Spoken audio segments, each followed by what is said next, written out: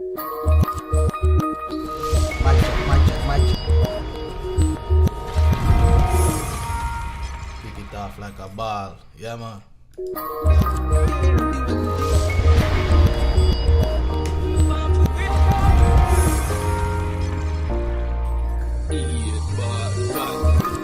Mic check, mic check, mic check. You know the thing. Almighty. Yeah, man. Yes, man, God, you know Yeah, the thing. man, yeah, man, yeah, man. Enough stylings me get, but me can't stop.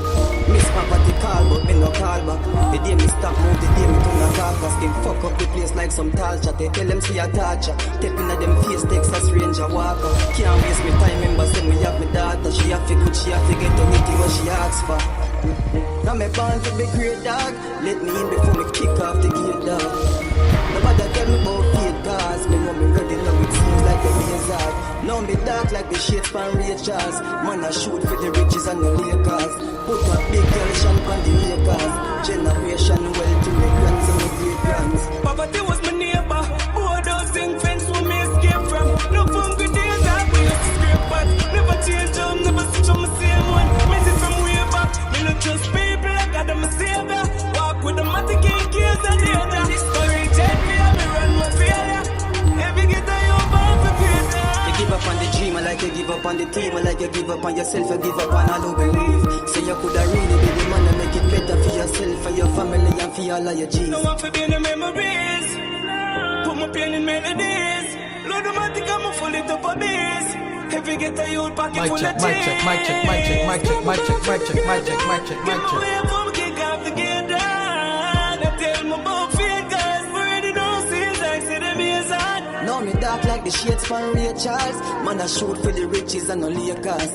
Put a big girl shank on the acres. Generation no wealth for my grands and my great grands. From a juvenile me know some me no born to poor. And if them try let me know we kick off the door. When man up on the work them gone snore. And if you try stop the greatness you got floor. Fuck the fame dog me want more. Make millions in the time when me gone tour. Left patrons a ball for your non-core. In case you never remember make me tell them one more time. Come on, to the great dad. Give me away from kick off the gate down. They tell me about figures. Already know seems like see them is Yeah, man, yeah, man. Now me dark like the shades from Rachel's. Man I shoot for the riches and the Lakers. Put a big girl shank on the acres. Generation no wealth for my grands and my great grands. You them are for good, man. Yeah, man, roping people, roping. For my great, my bro. You know the thing, go roping. That is it. Yeah, man, brand new life, man, brand new. Brand new. Yeah, man. My God. Yeah, man. Run it again. Yeah, man. Go and rope in people, because you know what they are till 8. Alright, boom.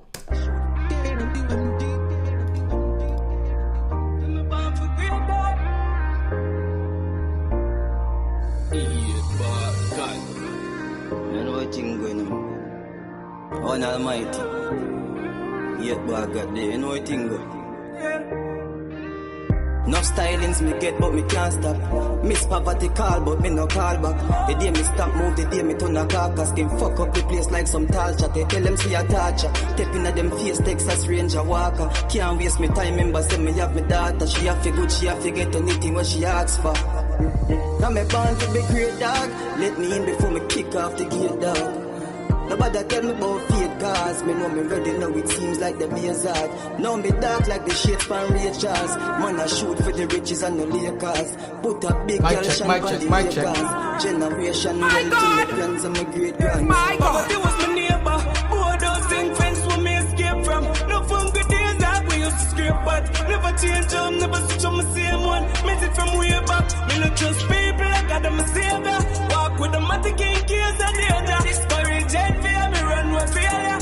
Every get a you born for greater. You give up on the dream, I like you give up on the team, I like you give up on yourself, you give up on all who believe. So you coulda really be the man to make it better for yourself, for your family and for all of your G's. No one for being the memories.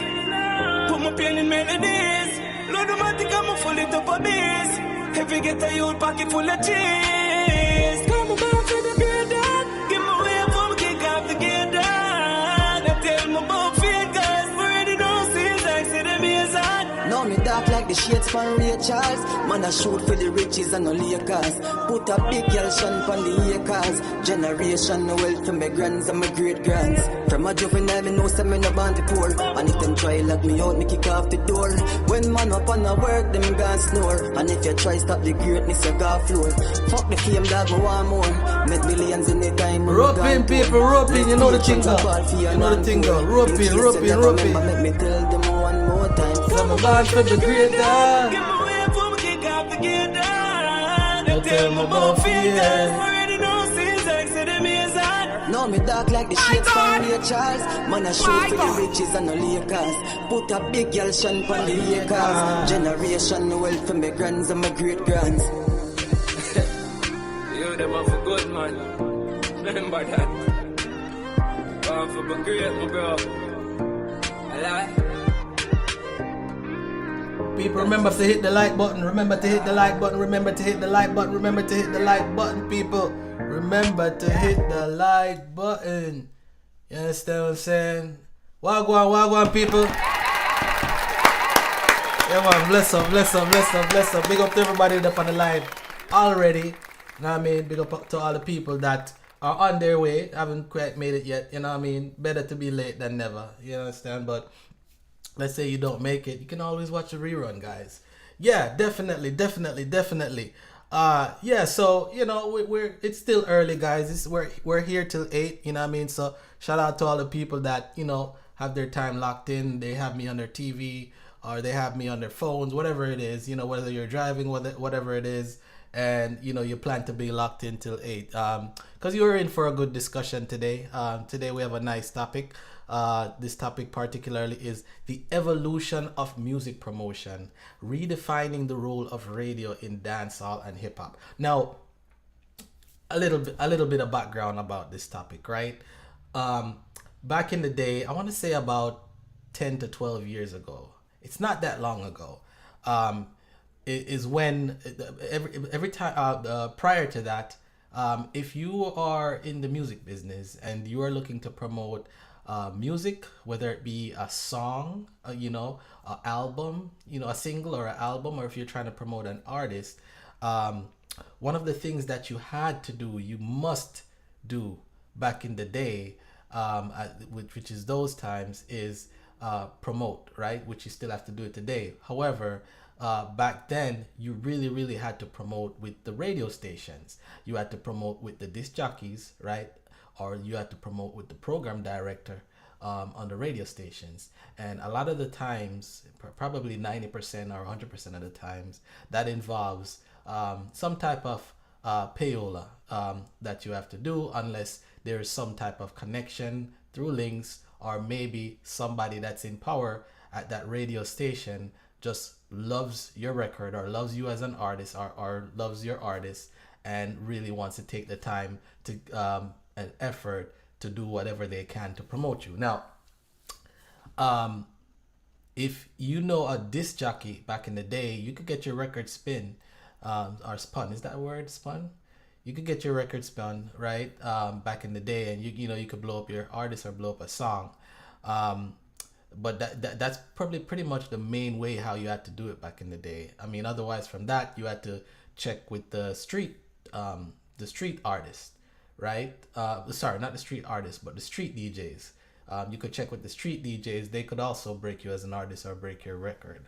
Otherwise from that, you had to be linking with a popular artist or a popular public figure that can bring you on stage, whenever they're touring, and introduce you to the audience there. So those are pretty much the 3 main ways how people broke artists. I want to say anything over 10 to 12 years ago.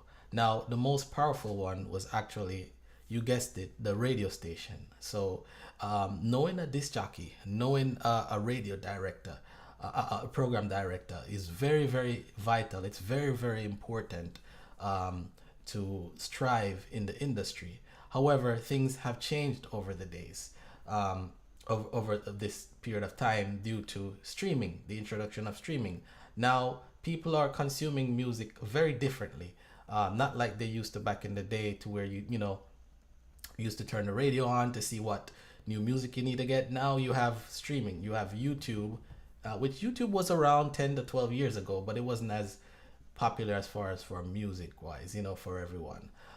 So yeah, now you have YouTube, you have probably hundreds of music streaming services or DSPs, digital streaming platforms, that you could go on and listen music for a small subscription, and most of them you could probably listen music for free, really.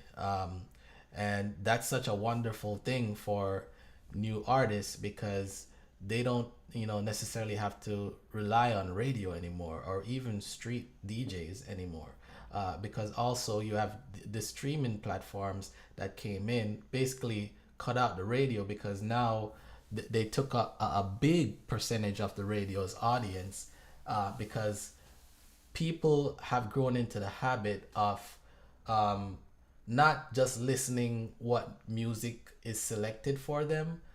They have grown into the habit of selecting their own music that they would like to play, or selecting their own playlist of mixed music that they would like to hear, rather than turning the radio on and seeing what the DJ feels like playing today, basically. So the power is definitely has definitely shifted from the radio DJ, and for in some sense also the street DJs, but I think not so much for the street DJs, because I think the street DJs have probably the same level of effectiveness with breaking a record or breaking an artist. Now there's a lot of pros and cons to getting the break from a radio DJ or a street DJ, compared to the internet, which I'll go into more and more later. There's definitely some pros and cons there. For example, one of them is, if a radio DJ should break your song right now, try to break your song right now, and a lot of time the people that are listening, they're probably traveling, they're probably having their hands full doing whatever, and they're lucky if they hear the radio DJ says, oh, and this record is by XYZ, this record is by Jay-Z, Beyonce, Beanie Man, and this is a new artist, blah blah blah. And you have to actually remember what the artist's name is and the song is and all that stuff. And then you would probably go to the record store, or if at the time when where internet was available, you'd go up and search for that and try to find it. Now, I think that with the internet, if it's advertised to you on the internet or presented to you on the internet, whether it be by let's say a YouTube ad, a Google ad, or it be by a social media influencer that posts the link to the actual song after promoting it, then that's a more viable option for the consumer to be locked in with a song that they may like, because it's all there. They like the song. They don't have to think about, oh, I gotta remember this song. They could literally click the link to the song, or most of the times they're already on the link to the song, and they can actually subscribe or follow that act, and be locked in for more work from that act. So definitely an interesting concept and an interesting change that we've had over the past 10 to 12 years. And what does this spell for new and upcoming artists? As you can see, over the past 10 to 12 years, there's been more new and upcoming acts, particularly in dancehall, on a yearly basis than there's ever been. Because with the radio and the street DJs, you can only break so much of them. You can only play so much records because everybody's trying to get their record played.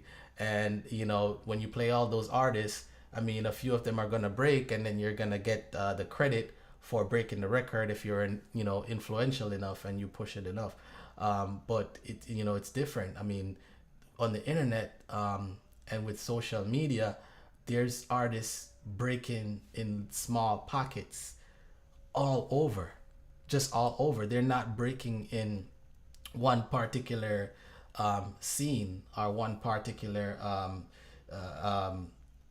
audience, or composition of audience, or our congregation of audience. They're not breaking in those scenes anymore. Like, for example, I remember back in the day we used to watch On Stage, which I think is still going on now, as well as Entertainment Report. Now, when a dancehall artist got featured on Stage, or a dancehall artist got featured on Entertainment Report, usually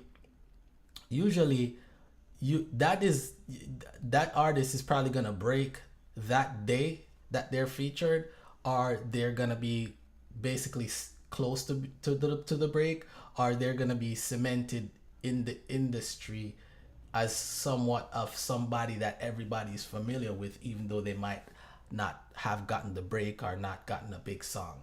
That has changed because ER, right, Entertainment Report, and On Stage, they have a particular audience, right? Which before YouTube, their general audience was the Jamaican diaspora for the most part. So you come on, you get an interview from Anthony Miller. You get an interview from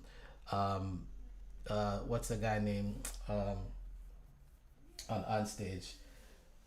You get an interview from any of those guys, in the street of Jamaica, or I don't want to say in the street particularly, but in the regular average people that you see in Jamaica that watch television, would probably be familiar with you by then. Now, how many people are watching television?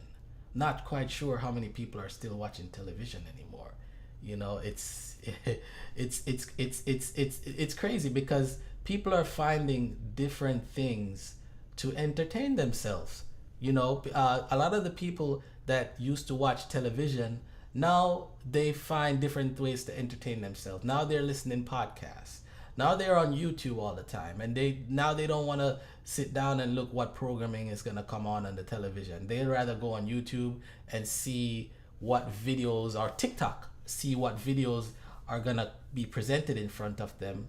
And then from time to time, while they use that program more and more and more, they'll build up, basically, the algorithm will basically build up a certain a definition of interest for that particular person based on the videos that they watch the most, or the videos that they would like, or the videos that they would interact with. And then similar to music, it would cater a certain type of videos that would normally attract that person, which would technically be a high percentage click video, or a high percentage watch time, increased watch time video. And then that person that person's programming is now a new programming that's created by the algorithm from YouTube or TikTok or whatever else they use. So I say that to say, without being too long-winded, right? There are so many changes technologically that's going on right now, that is influencing how people promote with music. And who's to say that the methods that we're using right now aren't going to change or evolve within the next 5 to 10 years? We just don't know. So that's why you have to really keep up with the times. I can't tell you how many artists I know right now. Well, not personally, right? But that bigger artists that were a thing back in the day, that in this age right now, in the YouTube age, they're basically like unknown. They're basically unknown. Now, if you look at, for the dancehall music particularly, for example, right? Most of dancehall is consumed on YouTube. If I'm wrong, somebody let me know in the comment section. If I'm wrong, I'll do my research, and if I'm truly wrong, I'll fess up to it. But from my understanding, YouTube is the biggest consumer of dancehall music. Now, here's the difference with YouTube. When you promote with YouTube now, and you're basically in that YouTube sphere for an artist with promoting music. You have a artist channel, right, with all your works listed on there, and whoever may click on one of your songs, if they like your song and they want to listen more, Now they're on your artist channel. They could subscribe to it, so they can listen as much as they would like to listen without any interruption. Well, if if they have a free YouTube account now, they have they have ads. But if they have premium, that there's no interruptions. You can't get away from ads unless you're paying for something or you have a subscription. However, radio also has ads. So the thing is, you can basically tailor your whole playlist without having to listen to the radio or I remember when I was growing up, one of the things is when you were listening radio back in the day,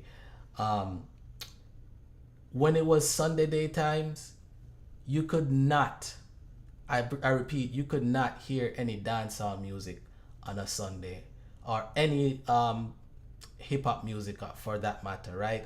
The music that young people like. On a Sunday in Jamaica, on the radio stations, the music that they play are like roots reggae music, old school music. They play a lot of souls and stuff like that, and then most of what they would play was gospel. Now, I remember when that changed. I was around when that changed, and when that changed was when Zip 103 came in. Now, Zip 103 was the quote unquote young people's radio station back then. Now, when Zip 103 came in, you could hear the newest Vibes Cartel, the newest Movado, the newest Bounty Killer, Beanie Man, and all the secular dancehall songs you want to hear on a Sunday morning, in the Sunday midday, in the Sunday afternoon, on a Sunday evening, Sunday night. You could hear all the music that young people like to hear on a Sunday. Now, when they came in, that definitely changed things for radio and for them. They instantly become super popular. All the disc jockeys, right, from the Zip 103 FM radio station, they all had the name not DJ but ZJ. They all did, right? And pretty much 90% of that staff, no one knew them as DJs. Like, they were literally unknown until they started work at Zip FM.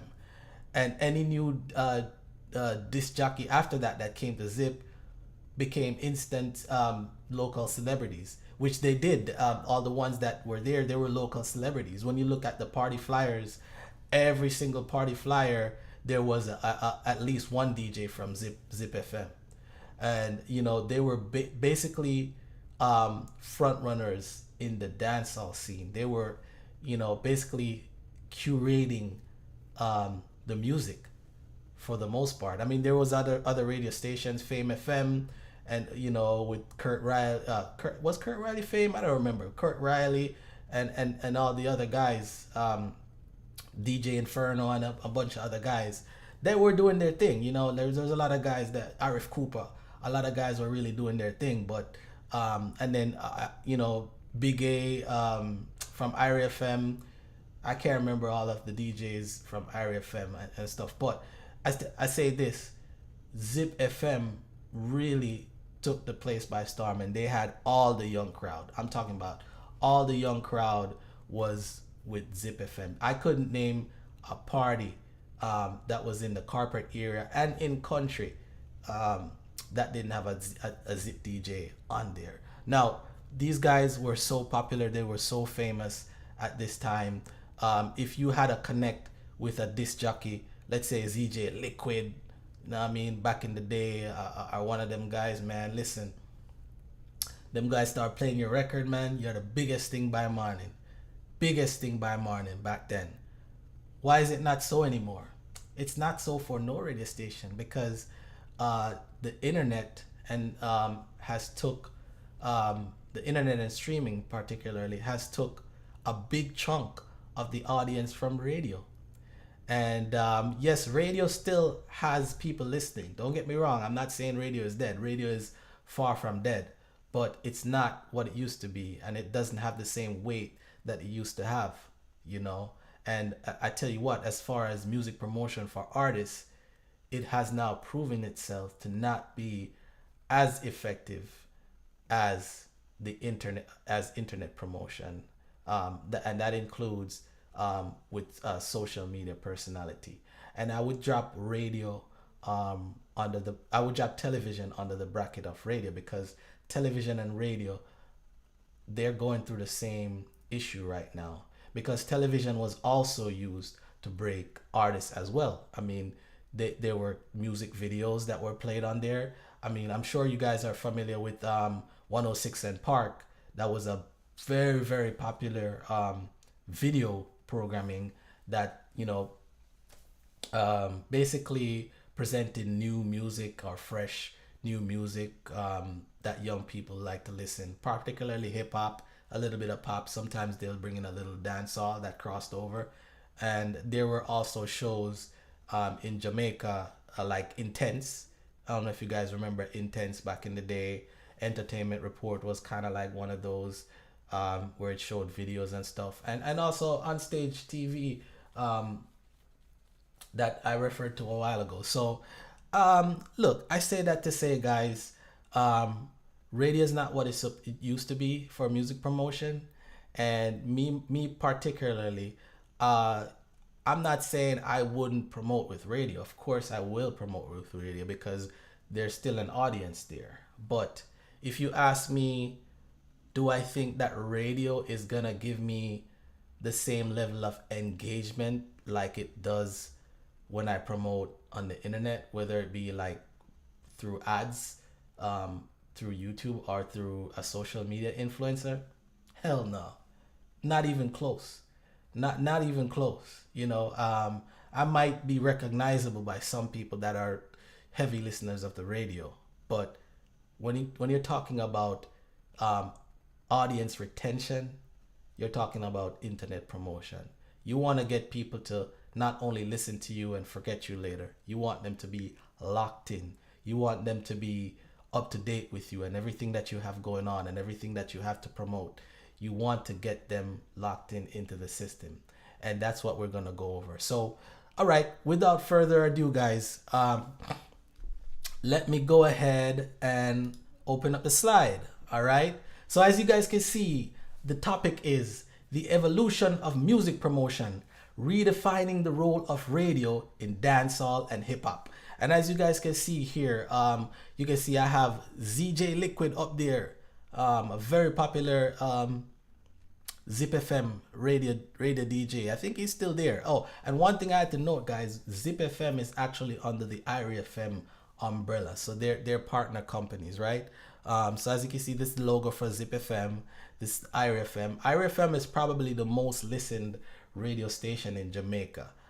Very, very popular among locals and also tourists. And I think IRI FM also lost a lot of their listeners due to digital streaming and people moving over to digital and so on, the internet.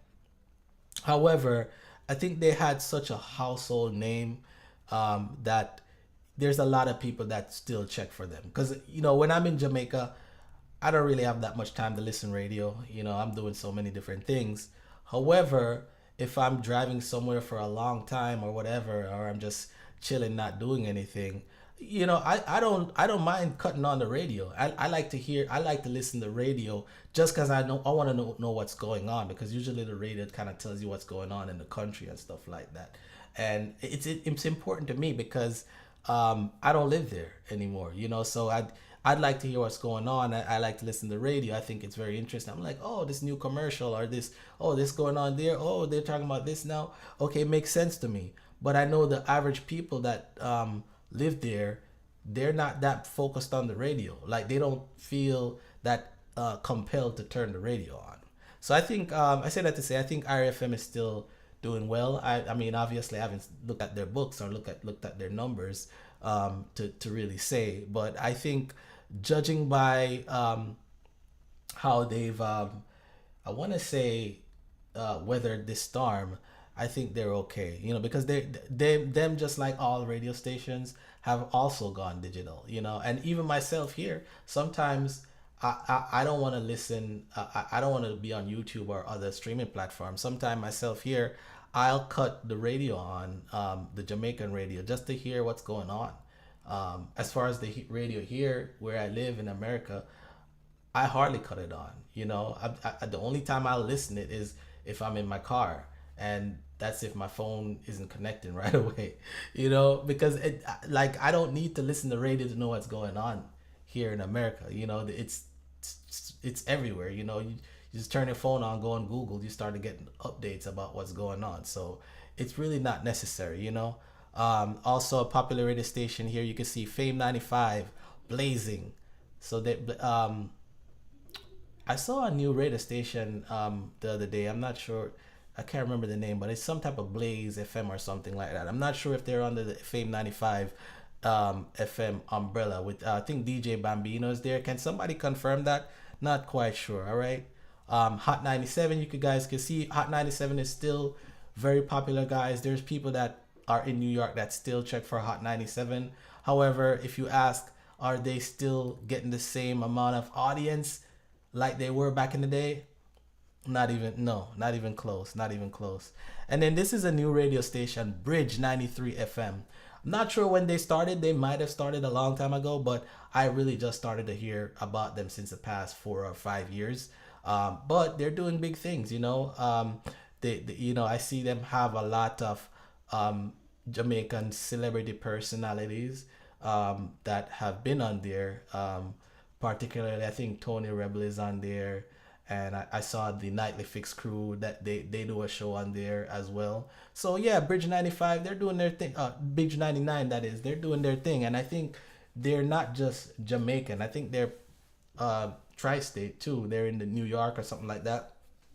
They might have been in New York for a very long time, and then they just crossed over in Jamaica and the other markets. So I don't know much. People from New York, you guys could confirm this. All right. So all right.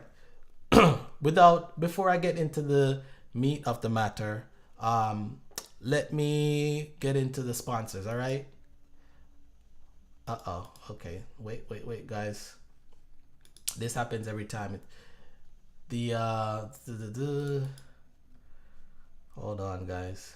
Sometimes this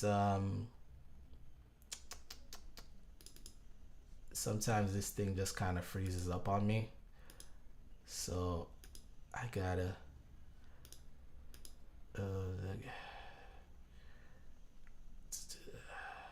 there we go. Okay, sorry about that, guys. So sometimes this thing kind of freezes up on me, and it's kind of a pain in the you know what, you know. All right, cool. So all right, before we big up our sponsors, let's big up everybody in the chat, yo. Anika, big up yourself, Anika. BL Boss, yo. Big up yourself, famo. You already know, my boy. Big up. First Millennial Entertainment. Big up. Yeah, man, large up everybody in the chat. Thank you guys for tuning in. You already know, man. All right, cool. So our first sponsor is Katrina Correa, real estate professional for real estate purchases and rentals in South Florida. You can contact Katrina Correa. She's with Remax Direct. You can contact her at 561-420-4722. Her email is katrina@thejphomegroup.com. Also, you can contact her by website, by her webpage at katrinacorrea.remax.com. All right, guys. And there was a Hometown Heroes Florida program going on. It started July 1st, 2023, where all working Florida residents are eligible to receive up to $35,000 down payment on payment and closing cost assistance to buy a home. I'm not sure if that still stands, guys, but if you would like to find out and move further, you can contact Katrina Correa at 561-420-4722, guys.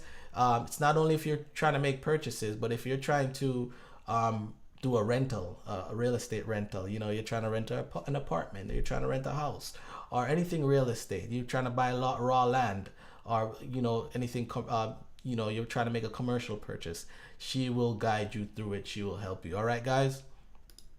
Our next sponsor is Millennials Trucking LLC. Millennials Trucking for local and long distance shipping throughout the state of Georgia. Visit millennialstruckingllc.com. Guys, they will take care of you. If you're looking for someone that can haul your stuff, your goods, whether it be for residential or commercial in the Georgia area, whether it be for a long haul or short haul, they will hook you up. You know, they will take care of you. So definitely contact them. Their website is millennialstruckingllc.com. Our next sponsor is White Eagle Electric Inc., South Florida Services, commercial, residential, and industrial lighting, home automation, high voltage, low voltage, data fire alarm, video distribution surveillance systems, PoE, phone systems, and more. Contact Project Manager Norman at 561-693-7227 or contact Lloyd at 561-541-1185. Guys, that's White Eagle Electric Inc. If you're looking for someone to hang a chandelier, contact White Eagle Electric Inc. If you're looking for someone to hang a ceiling fan, contact White Eagle Electric Inc. Guys, if you're looking for someone to run wires through your walls,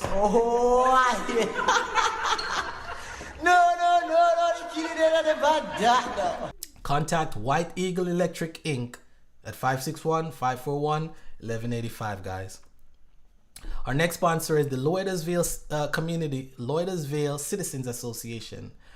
So in August, August 19 particularly, they presented a family event. It was a really, really good event. I wasn't there, but I had videos. There were performances by Rooksy, Terry Butler, Darren, Higher Rems, Access, and many more, including Ras Nado. You understand? Yeah, man, Nado. Yeah, Lyrical Nado. He also performed, and a bunch of other people. It was hosted by Advadan Fui Entertainment, and it was for a good cause. They had a lot of food, fried fish, jerk chicken, jerk pork, all that type of stuff.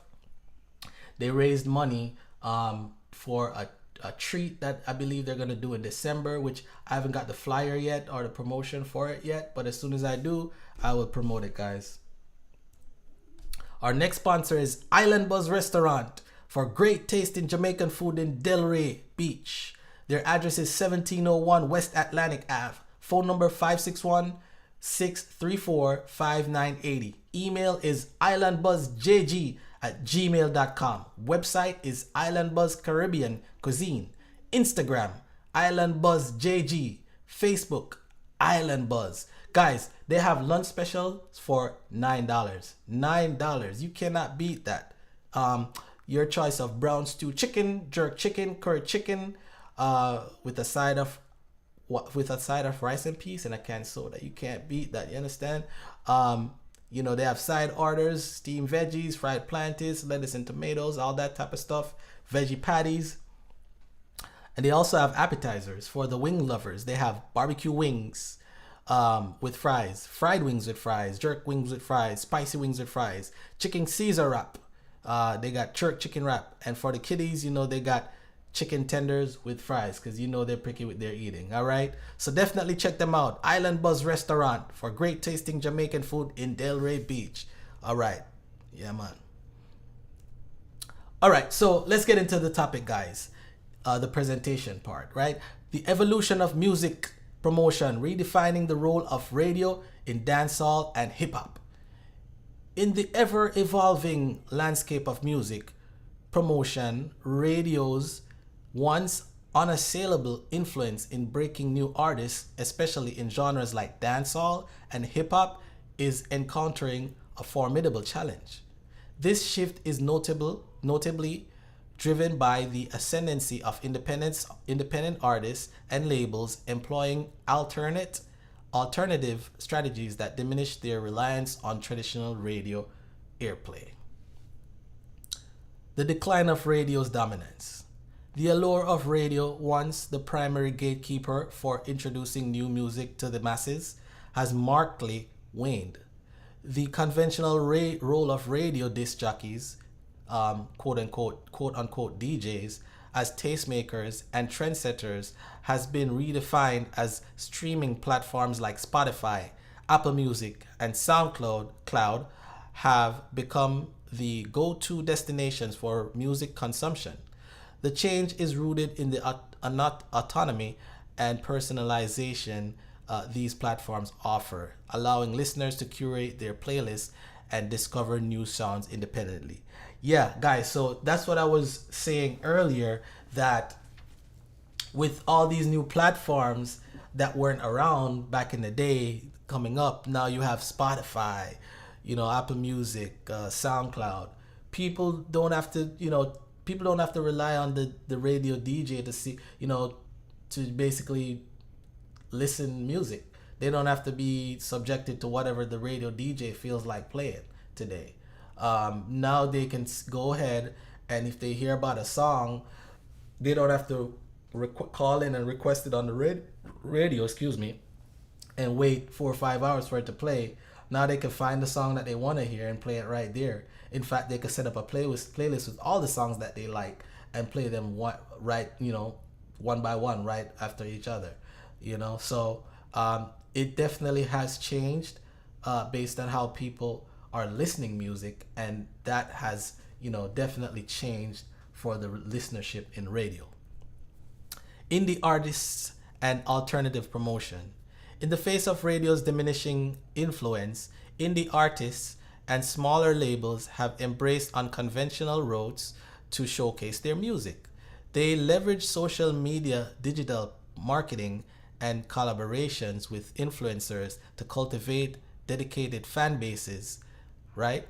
Platforms like YouTube, TikTok, and Instagram have become indispensable tools for cultivating a loyal following and amplifying their music, rendering traditional radio airplay less critical for success. Now, what this is saying is, and again, something that I brought up earlier, now people are promoting with social media influencers. So you get somebody like, let's say, World Dog or one of those guys, or you get what's Dino Crazy, or what's the other guy? Guys, all of them. I can't remember all the influencers. Trabas, or all those guys. And they make like a skit with your song that, a skit that kind of has some relatability to your song. And they play, they do the skit, and at some point in the video or throughout the video, they play the music, right? So, people can hear it and engage with it. And then what they do is post the link to the music in the description. So if you liked the music, then you could go ahead and follow that link to see more about the music or more about the artist.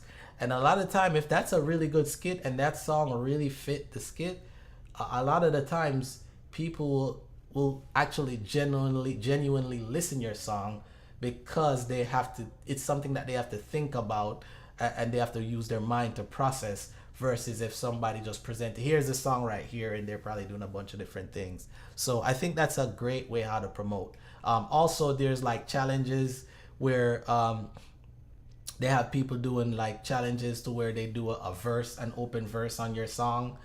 That's also a big promotion. For example, I saw the guy 450. He has a new song. Can't remember the name. Wild and Rich, something like that. And he has like an open verse challenge where he has all the ladies singing a verse on an open verse, basically, on his song. And really, people just want to be reposted and see themselves and get some level of highlight and promotion. But really, it's also promoting the song, you know what I mean, because it's driving engagement, right? Also there's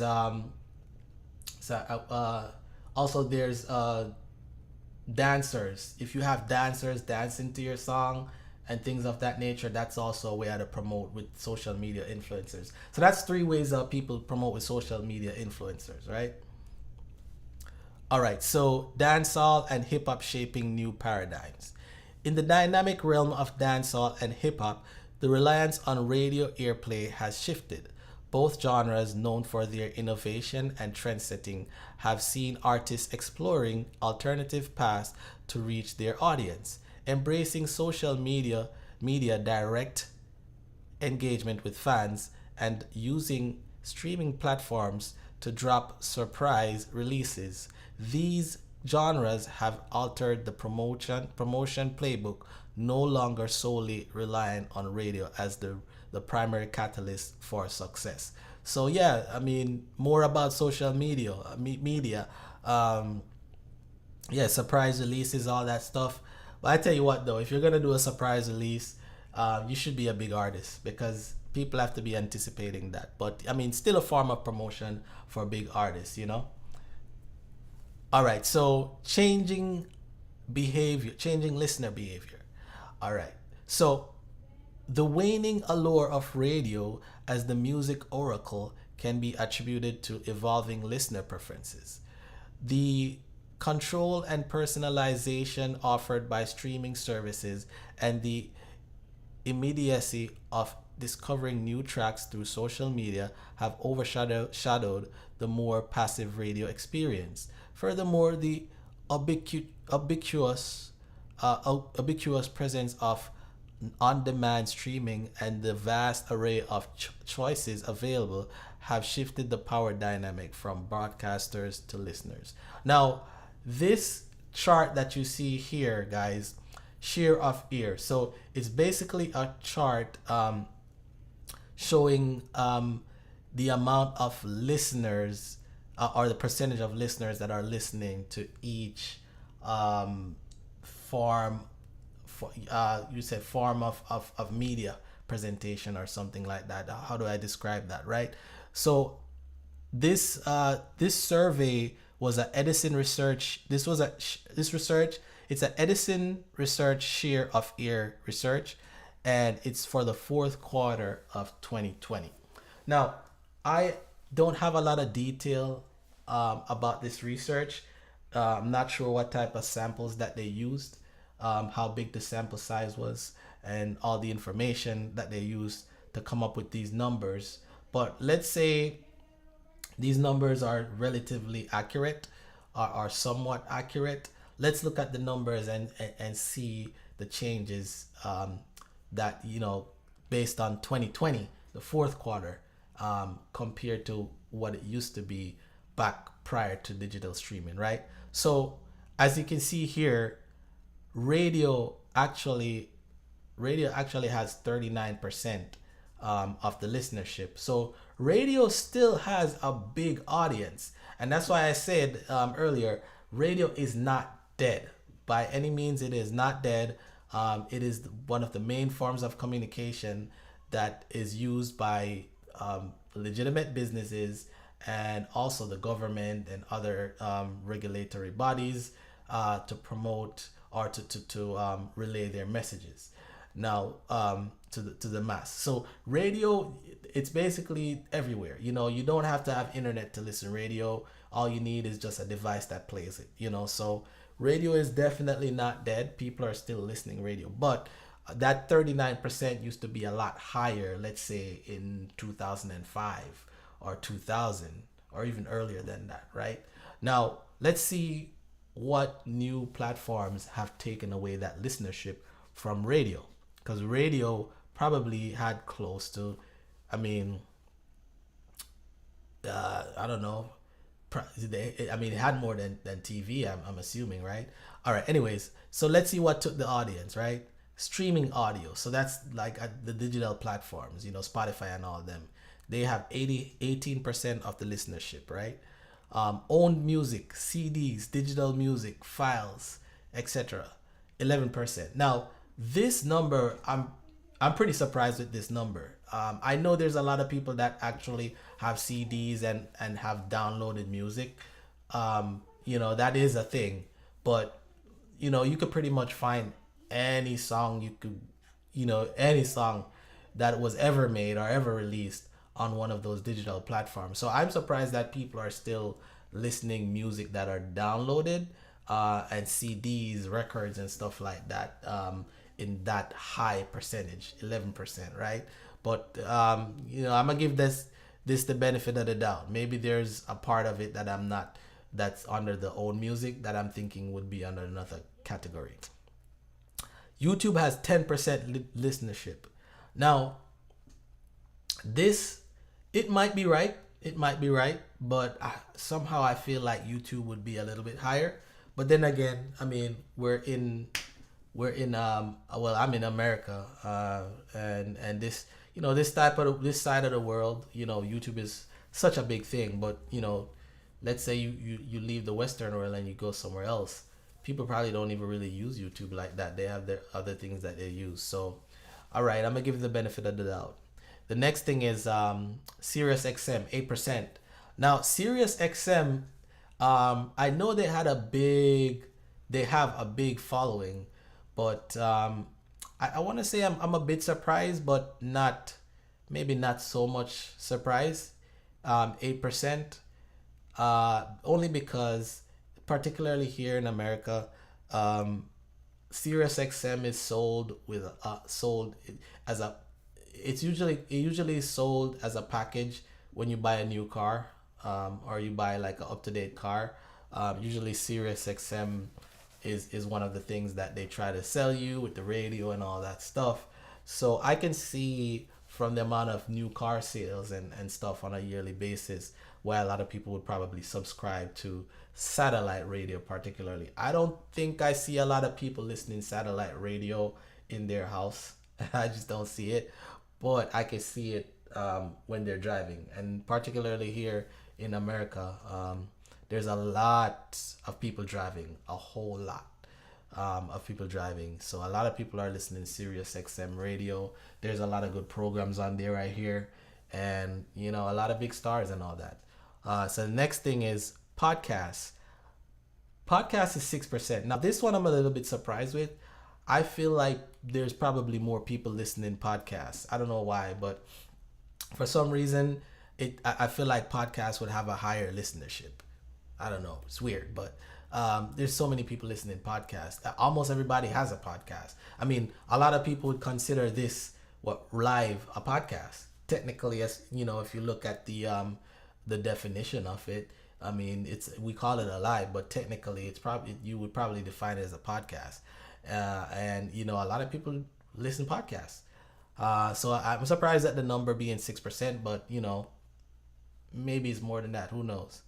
And then there's 4% TV music channels.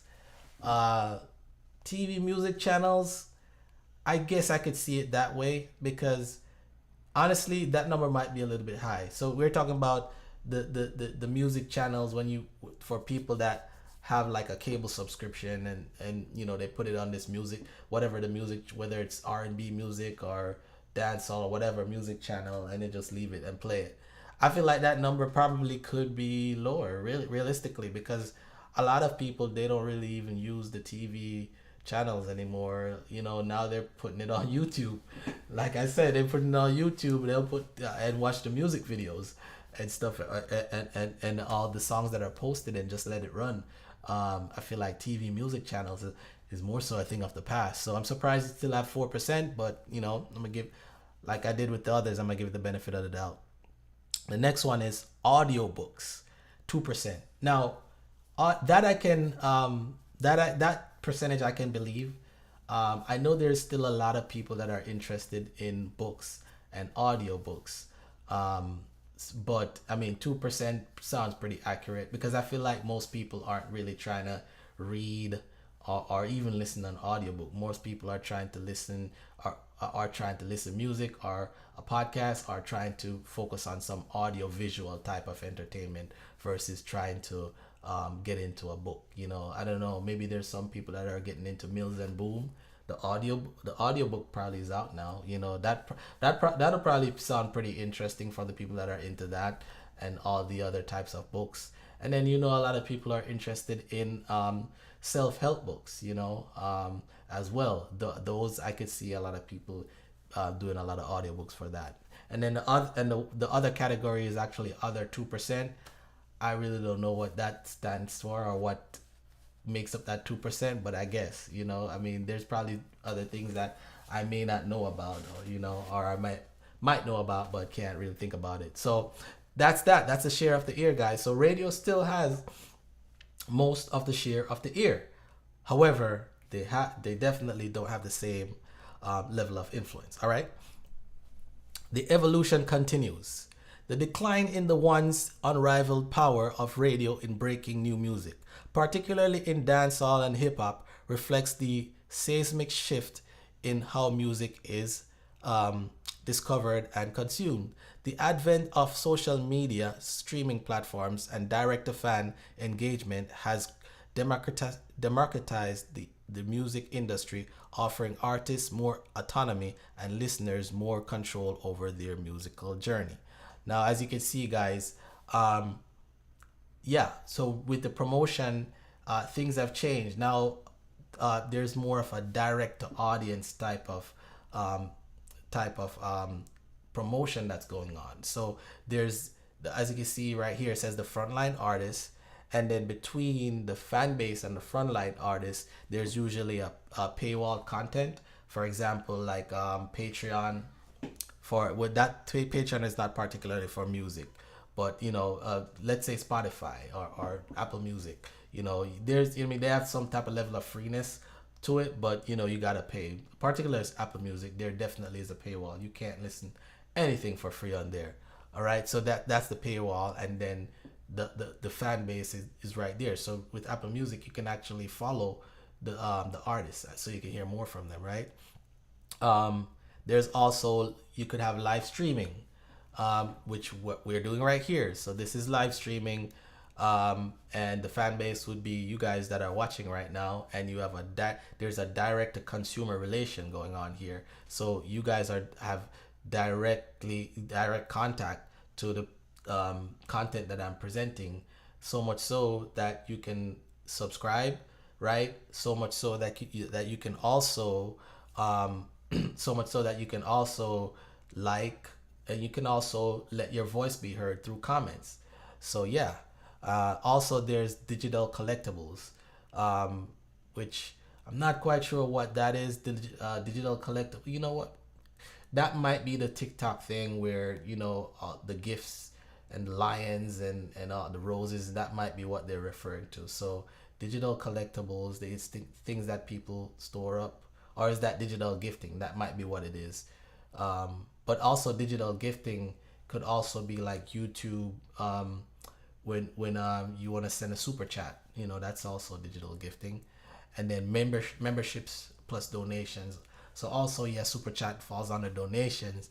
And then memberships, when your channel is big enough, you can have memberships with YouTube to where people pay a monthly subscription to get access to extra things that you wouldn't normally present, that the normal people that are just subscribers or free listeners wouldn't have access to. Similar around other platforms. So yeah, so say that to say that's the music promotion is more so focused on a direct to consumer type of deal going on now. And now artists can communicate and present with their fans directly through social media, as well as music streaming platforms, right? All right, so the evolution continues as indie artists and labels continue to forge new paths in music promotion. The days of radio's unchallenged dominance might be consigned to the annals of history. However, this evolution heralds a new era, one where the power to break music is dispersed across a myriad of platforms, placing the audience at the epicenter of the musical landscape. All right, so topic questions, guys. Topic questions. So here are the topic questions. Does radio have the same pulling power to break new music as it used to? What say you? Radio DJ bookings versus street DJ bookings. What are the difference? What are the similarities? Radio DJ style versus street DJ style. What are the difference? What are the similarities? Do sound systems still have the same level of party following? Bass Odyssey, Stone Love, Mighty Crown, Bodyguard, is it the same? Are dancehall fans still fascinated by dub plates and specials, or is that just for bragging rights among sound systems and DJs? Are the selectors to blame for the decline in the dancing era? Is there a decline in DJs aspiring to play on the radio? The difference between radio or television promotion, billboards, and internet promotion. So guys, I have a caller lined up that I'm going to bring in to talk about these topic questions that I have here. And yeah, we're gonna get down into the topic more deeply. So hang on, guys. Let me play some music in the meantime while I set up the call. All right. So just bear with me, okay? 1 sec. All right.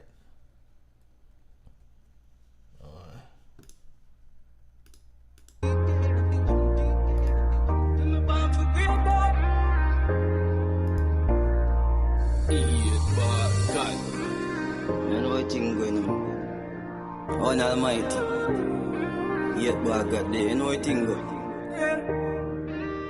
No stylings me get, but me can't stop. Miss poverty call, but me no call back. The day me stop move, the day me turn a carcass. Can fuck Come up on. the place like some tall chat. They tell them see a torture. Stepping at them face, Texas Ranger walker. Can't waste me time, member say me have me daughter. She have to good, she have to get anything what she asks This for. is JR, guys. Now me born to be great dog. Let me in before me kick off the gate dog. Nobody tell me about fake cars. Me know me ready now, it seems like the beer's hard. Now me dark like the shades pan Rachel's. Man I shoot for the riches and the Lakers. Put a big girl shan pan the acres. Generation well to me grands and my great grands. Poverty was my neighbor. Both those things fence where me escape from. No fun good days that we used to scrape, but never change them, never switch on my same one. Miss it from way back. Me not trust people like So I guys, never savior. Walk while- with the matic in case of danger. Discourage and fear me run with. So guys, while you watch this music video, right, while we wait on Carlos, I just want you guys to clap it up, man. Clap it up, man. Clap it up. Clap it up. You know why? Because this video is actually at 16,000 views in the past 2 weeks since we released it. Come on, guys. Clap it up. Clap it up. Clap it up. Clap it up. Clap it up. And this is what I'm talking about. This is music promotion working the way it's supposed to. Now, hold on for a sec, guys. Hold on. I gotta admit Carlos. Give me a sec, guys. Give me a sec. Give me a sec. Hold on, guys. Carlos. Yeah, I'm here, bro. What's up? What's up? Medea, man. Medea, man. Medea, man. Oh, wait. Mic. Hold on. Pick it off like a ball. Okay, can you hear me? Carlos? Yeah, I'm hearing you. Can you hear me? Yeah, man, I can hear it. All right. Everybody make some noise for Carlos. Make some noise for Carlos, people. Make some noise for Carlos. You know the thing go. All right. So, Carlos, before we get into anything, so I was basically talking about obviously you know the topic, but before we get into that, this is something related to the topic. But the JR and Don Pre song, Born to Be Great, it's currently at 16,000 views, man. Oh, that's going good, bro. It's a good look. It's amazing. It's amazing, man. What is it? 290 likes right now. Yeah, that's a good look, you know, honestly, because if you think about it, the views are going up, and then to see the comments you see are in the 295. No, the likes are 290. Likes 290. Oh, that's good. There's 73 comments right now. Yeah, that's a good indication. At least you can see that, like, at least some people who are viewing the video and are liking, they're also commenting as well. So that's good. More importantly, JRO has got maybe about 150 new subscribers since the song. Oh, nice.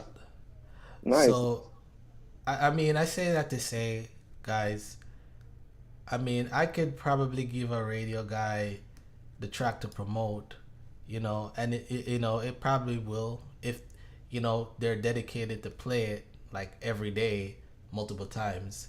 It probably will make an effect, but I just don't think that radio is as effective as the internet. And we've done different promotions that have been successful, so it's just one of those things,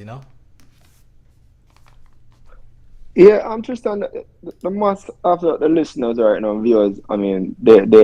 They use YouTube as their ultimate means of getting any form of new music or any videos that they wish to see. That's where they go. I mean, the radio still has its effect in the sense that they are, yeah, the older generation or some people who are just more conventional.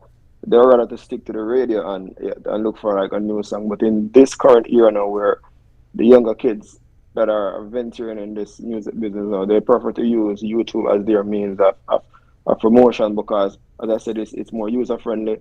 It's where most of the audience are located, and it's also easier to share a song on different platforms. If you think about like the TikTok and the Instagram and Facebook or whatever platform there is out there, social platforms, they use the music that they have on their YouTube as a means of sharing that song. So of course it gives more marketing to the song. It gives more also adds to the watch hour and viewership. So I'm totally 100% in agreement with the fact that YouTube is more effective as a means of promotion versus radio. That's probably one of the reasons why you might be seeing the JR song increasing in views right now. I mean, if it was on radio, I mean, people would hear about the song as well. Don't get me wrong, but I mean, right now, the time and place for promotion is really geared and directed towards YouTube right now. Right, YouTube and others. So I guess that kind of, because I wanted to go over these questions with you. So I guess that with that said, then let's see. Does radio have the same pulling power to break new music as it used to? What say you? All right, let me start off by not undermining the effect of the radio because the radio still has its place in this music industry for promotion, and I can only imagine that there are still our older artists who are still conventional and they don't believe in social media or YouTube, and they still use the radio as their means of promotion. But in this current era now, we are seeing where there has been a shift from the former usage of radio as the only means of promotion. The thing is that we have YouTube now, which has become the place where everyone wants to go and listen a song and watch a video because there is less more red tapes on YouTube. In other words, there is less more bureaucracies on YouTube. So you get to understand that more any songs can play out there and without any, like as opposed to the radio back then where there are a lot of banning of songs. People nowadays Good an point. artist know nowadays an artist know that they can put out a song without have to worry about the lyrical profanity or any form of derogatory thing that they're saying, and they can put it up on your YouTube. Of course, YouTube do have some restrictions when it comes to video, but as far as the lyrics of the song, I Right. mean, I mean, I can only imagine that YouTube will eventually get to that point, But as of now, I'm seeing where like there are less more bureaucracies as it relates to YouTube. So, an artist will prefer to use YouTube as a means of promotion. So, as to answer your question, I think YouTube has taken over from the dominance of radio as the ultimate source of promoting a song. And you find out that these younger kids they're no longer interested in using the radio because YouTube, as I say, YouTube is faster. It's easier to upload a song. It's easier to get promotion. When you have the song on YouTube, you can share it on your TikTok. You can share it on all your social media platforms. You can share it with your friends. So of course, that is in a sense that is like all they need is just a subscription. So it's just like they're doing their own promotion versus having to bring a song to like a radio man and say, all right, DJ, ZJ Liquid or ZJ whoever, I'm gonna I want you to play my song, but of course, playing that song might comes with some form of fee, associated with it. So the YouTube is different. With payola, and payola Yeah. is actually illegal. Yeah, exactly. Exactly. So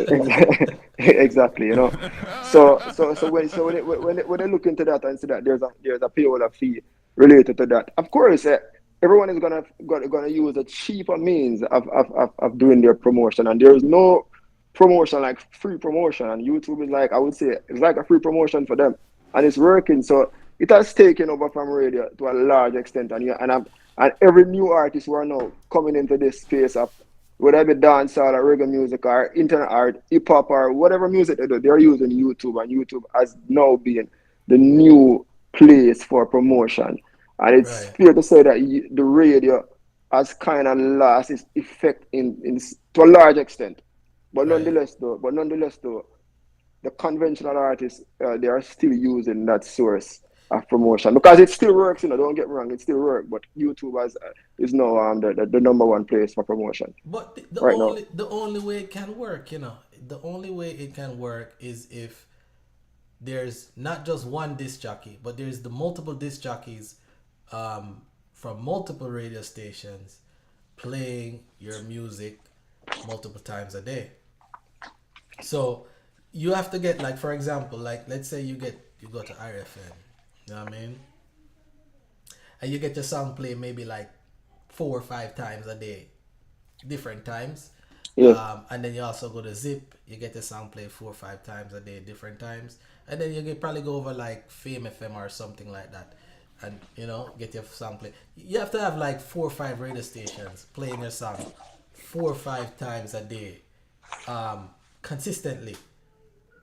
You understand? Before people can be familiar with it, and they're like, "Oh, that song play on the radio all the time. That's a good song to it." People, it's in their day that they're hearing it so much that I hear this song so much I gotta look it up. It I, takes an extra effort for, even if they hear the song that much, it takes an extra effort for them to even find you, for the ad to even work. yes, and Tristan, like you make a very good point a while ago because unlike with the radio, I mean I know a lot of people have like the radio up on their phone.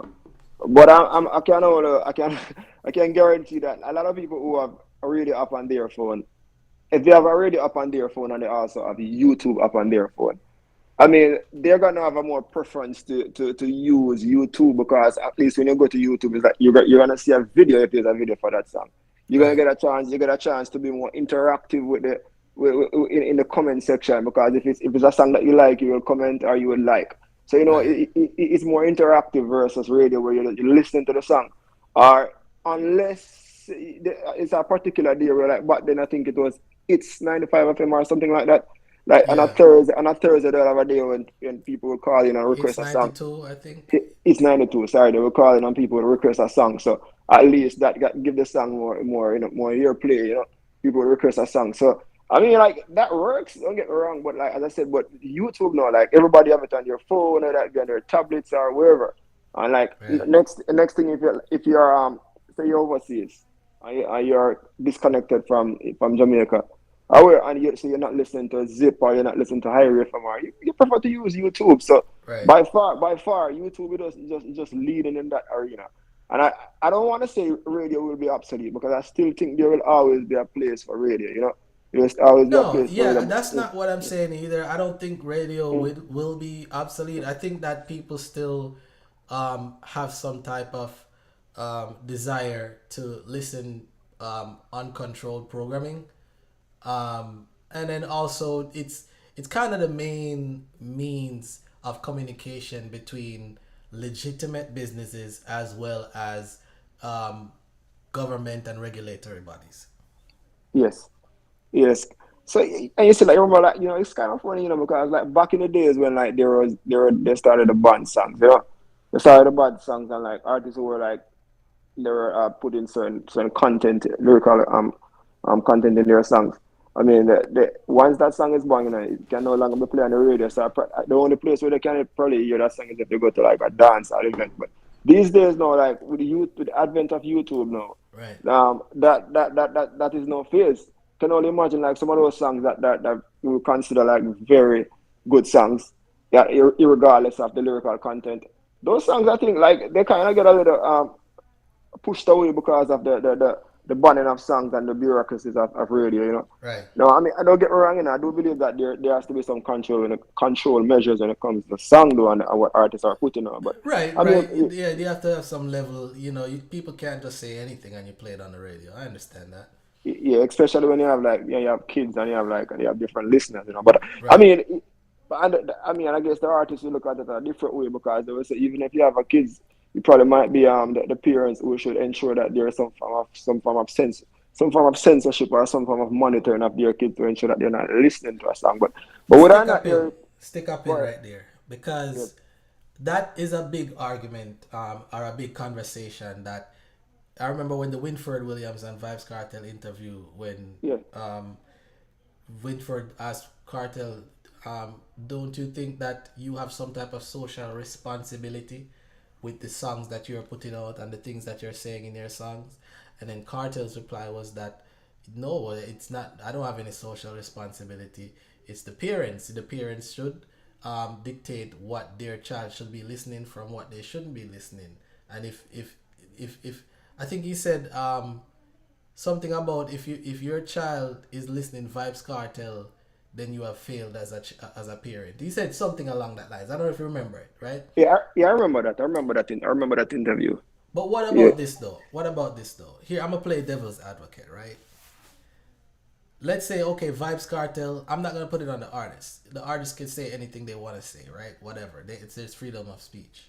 However, the platforms that this artist's music is presented on, I think that they have a social responsibility with the music that they're presenting. What say you? Yeah, all right. You know what?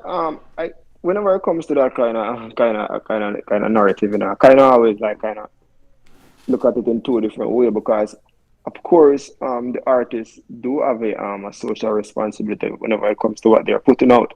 But then again, though, if you think about it, though, and this is just according to Vibes Cartel, he says that an artist get paid to entertain, so they are entertaining. So whatever they're singing in their song is just a means of entertaining, and entertaining it is only for a certain group of audience. I'm not expecting that if an artist is doing a song, like kids are below a certain age limit should allow to be watching those songs to the effect that they are being entertained by that kind of lyrics or whatever he's singing. You get what Right. I'm saying? But what I'm saying, so I understand it from that point of view.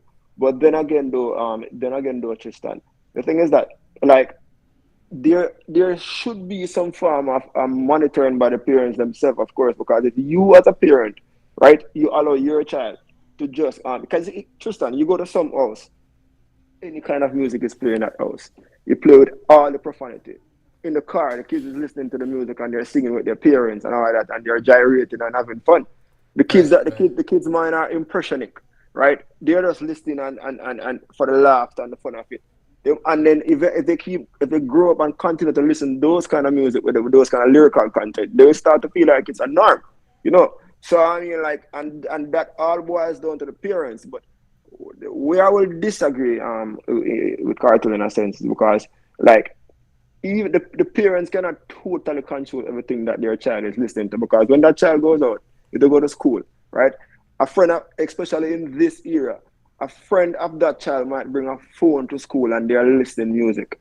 Would I not the parent give that child to would the parent give that cell phone to the child? So Or the child is taking a so taxi? you're not even talking about the radio playing it. You're saying that's screw the radio. Like you're Yeah, talking about by the fact of this thing being yes, released yes, and out there, yes. then go ahead, continue.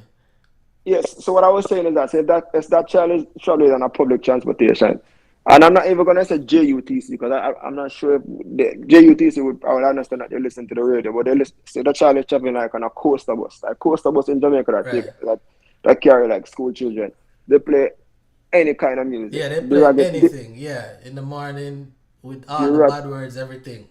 derogatory music Yeah. right there. So the driver who's driving that bus around, Tristan, that driver zero about the students that he or she is carrying around. They just know that they're playing the music and they're having a good time. So right there and then, that child our children, they start to consume that music. So Right. when they become a consumer of that music right now, you cannot put like that. It is hard to put a blame on the artist for that because the child is just in an environment where they are exposed to that. So and the parents cannot do anything about it. So my thing is that where the parents can control, they should control it. Where the So artists, have yeah, they failed as a parent then? Have they failed as a parent then because they're living in a society to where it's almost impossible for them to keep that type of music or that certain type of music away from their child because it's everywhere. It's not only on the radio. Let's say you take away the radio, then that child travels on a public transportation. They're playing it. Let's say you take away the public transportation, then they go to school, and then somebody's playing it on their phone. So it's like damned if you do, damned if you don't. Did they really fail as a parent? All right, you know what? I'll have to compare the eras. All right, if it was a case where radio was the only means of playing those kind of songs, and we only have a radio in the home, or like, and the mother is playing a cassette or a CD, right? In that sense, the parent, they can either turn off the radio, or don't allow their child to have any access to that radio, right? So in that sense, if the parents didn't have any control mechanism in their house to control whatever their child is listening to the radio, then Right. they feel as a parent. But currently though, right, where music is being played on number of platforms. You have so many platforms. You have the YouTube, you have SoundCloud, you have all different means of consuming music. It is hard for a parent to really control all that music that's being consumed by their children, because remember, you know, that the children, their child, they go to different avenues, whether they're traveling on a transportation or they're with their friends who have a cell phone, so they will eventually consume that music. So in that regard, it is, I cannot say the parent has failed in that regard. It just means that we have become, it is hard to control what your child is consuming right now. In your house is a different situation. Once that child go on the road, it is not the parent. So they're saying that Vibes Cartel is wrong then for his response. That's basically a straw man argument that he's bringing up to justify You know it. what? I think in that sense, I think probably when he was talking about that, I think probably it needed more clarity, in the sense that there should be a distinction between the two, to say if it's a radio, then our radio is in the house or whatever, then it's the parents' responsibility to control what their child is listening. But once that music is being played on YouTube and all other platforms, then you cannot say the parent has failed. But I guess at the time though, with Vibes Cartel, YouTube was around, but I think it wasn't that dominant, the dominant source of listening to music. No, so at the time it was, it probably was relevant, but he's not totally right. Yeah. All right. I see what you're saying. All right. All right. All right. Let's move on to the next question, or the next topic, subtopic that is. So radio DJ bookings versus street DJ bookings. Now, when back in the day when Zip FM was around, and I keep bringing up Zip because Zip was basically, Carlos, I was saying this earlier. Zip was the first radio station that played secular dancehall and hip hop all day on a Sunday.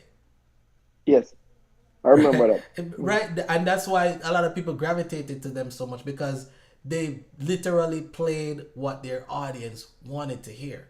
People were tired of listening to the same music on Sunday, whether it be just gospel alone or roots reggae and a big they used to have the Sunday programs, which as a kid sometimes we never used to like listen to them, but now I love those programs. I don't know why I didn't like them as a kid, but I love those programs, the oldies but goodies and the gospels and everything like that.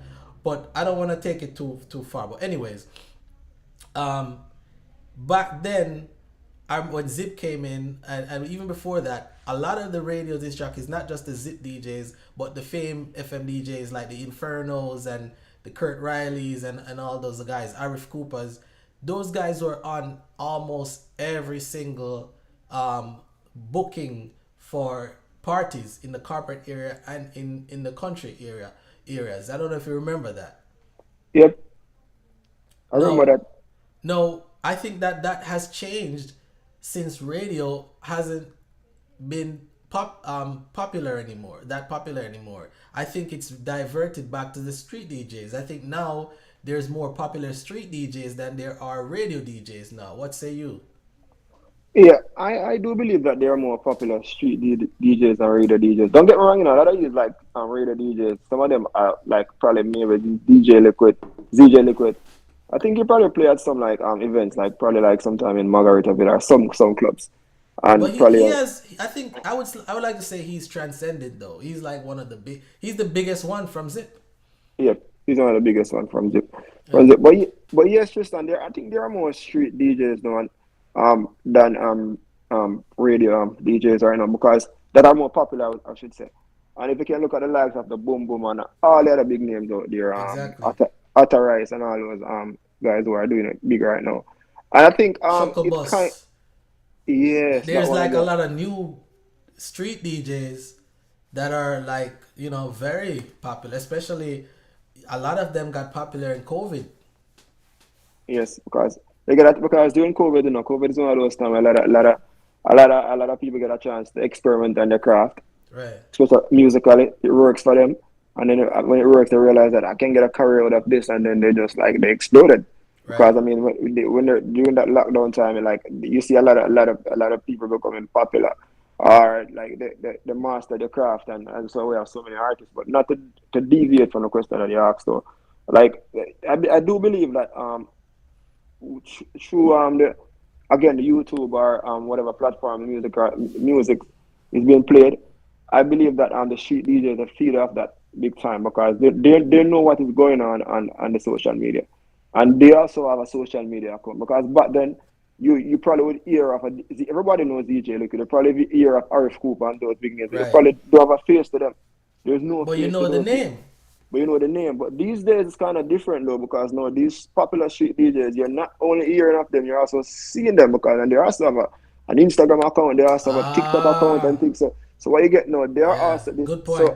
so whatever songs thank you, whatever songs they are playing, whatever songs are popular on YouTube and are trending, they are playing those songs in their events, whether it be the Uptown Mondays or the what you call Weddy Weddy or whatever the event is, they are playing those songs. And during the time when those street DJs are playing their songs, they're also doing money pull up, right? Right. The money pull up, and right there and then, not only the money pull up, but that scene is being videoed, and those DJs are putting those videos on their platform. Right. So by putting that on their platform, they are getting more attention. The song is getting more attention, is more views, and right there and then by that street DJ became getting more attention. They get more bookings. If you look at the likes of like a Boom Boom, I think Boom Boom is one of those DJs where seems like that guy's traveling every weekend. Well, he said That it, so yeah, yeah, yeah. he's always traveling. So and I think like, and I mean, I used to hear of Boom Boom a long time, but now that since I'm with social media, he's even more popular. He's even more popular. So I do think now this new era of promotion on YouTube and the platform that's being used to promote music, these street DJs are feed from that big time. I Right. mean, like ZJ Liquid, I still hear of him. Don't get me wrong, still hear of him. But I just think it's the street DJs that are leading the way in that regards right now because they're reading the sheet very well. They are But interacting with the crowd. Go ahead, sorry. I think look, because I remember vividly. I remember the radio DJs. I remember a time when radio DJs never used to take a lot of bookings because radio DJs never used to really do street parties. Radio DJs used to do uptown events and corporate events. I don't know if you remember that, Yep, I But remember that. yeah, I remember a time when radio DJs pretty much almost only did corporate events, uptown events, and maybe like, somebody's um, house party, private party, that type of thing. But ever since, I think it's since like Zip FM started to come in, and I hate to bring up Zip FM so much, but they were so dominant back in the day, right?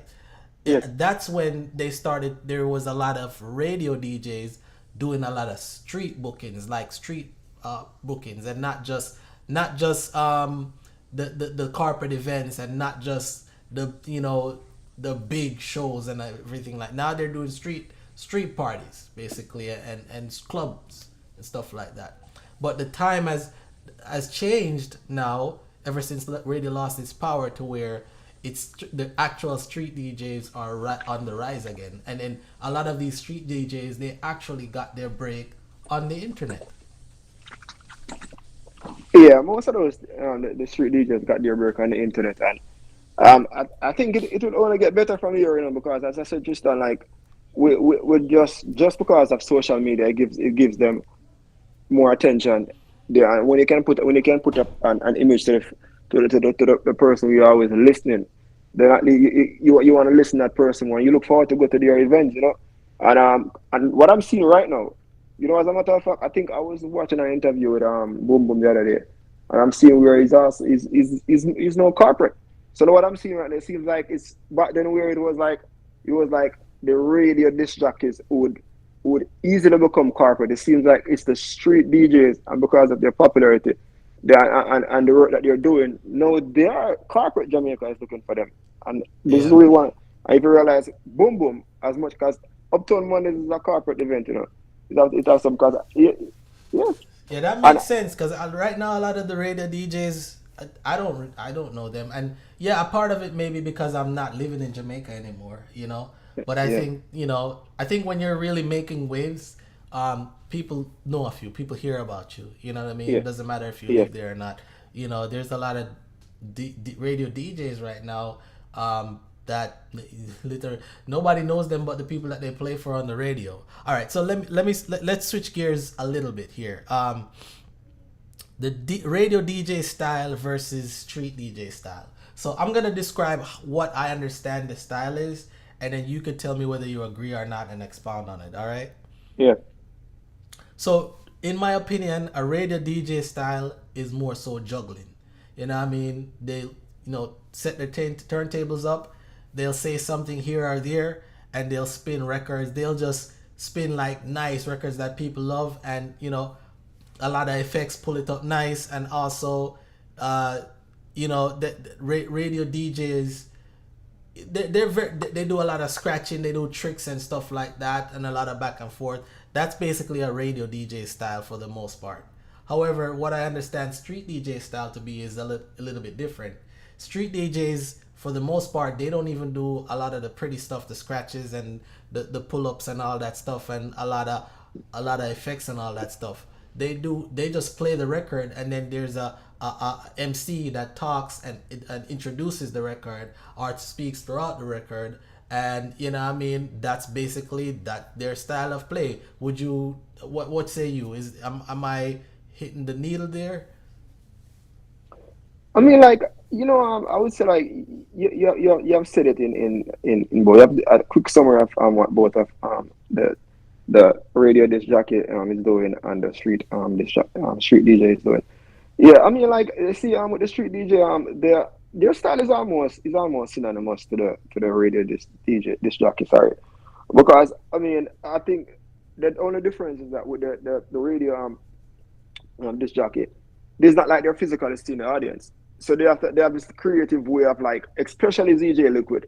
Yeah, when you listen to ZJ Liquid and he's there scratching and whatever he's doing and playing it and selecting his songs, it's almost like ZJ Liquid feels like he's out there interacting with the crowd. And right. I think the reason why he's like that is because he's not only a DJ, but he also plays in a different event. So he has that understanding. So he knows whatever he's doing it as though as if he's interacting with a crowd.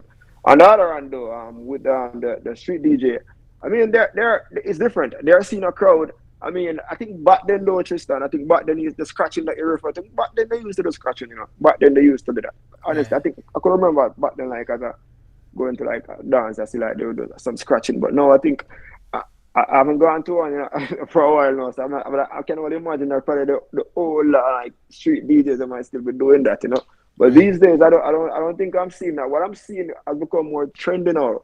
Rather than you do scratching or pull up, that is more like a money pull up thing is going on now. So there's money pull up now, It's different now. So man now scratch not again, So money throw down, you get the song play over and over, So it has taken a different direction right now in the sense of how to get like a replay in the dance.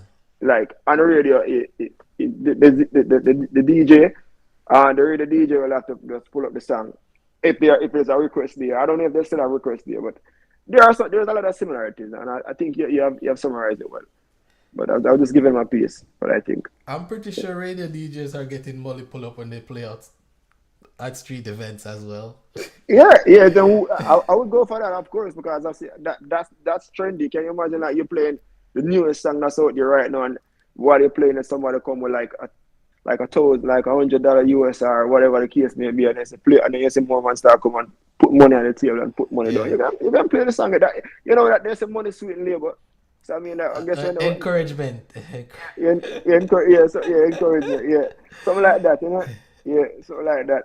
So like when they're like they're playing their song and they getting that money, of course they feel like they want to play drop another song, man. Yeah, yeah, and Yeah, you know what? And that's why, and I mean, there's a lot of podcasts and stuff that they already spoke about this, and they probably killed this topic, to be quite honest. But that's kind of what brought dancehall into this trap dance, into this scam era, because it was a lot of the scammers them in at the party, and them have the money, and when certain song play about scamming, or big up the scammer, then the song them, the money pull up, and the selector play the song 10, 15 times, you know what I mean, which is like big promotion for the song in general. And then now everybody wanna do a chopper song because they wanna get that money pull up so that they can get their songs played over and over again, and then till it becomes a trend. yes, and I think that's one of the reasons why you see the our dancehall has become so saturated with these so-called chopper songs because I mean those cameras are or whatever I would like to think that they actually they spend their money to get their promotion because while they're there promoting those songs, some of those people who are putting their who doing money pull up, they were also artists themselves.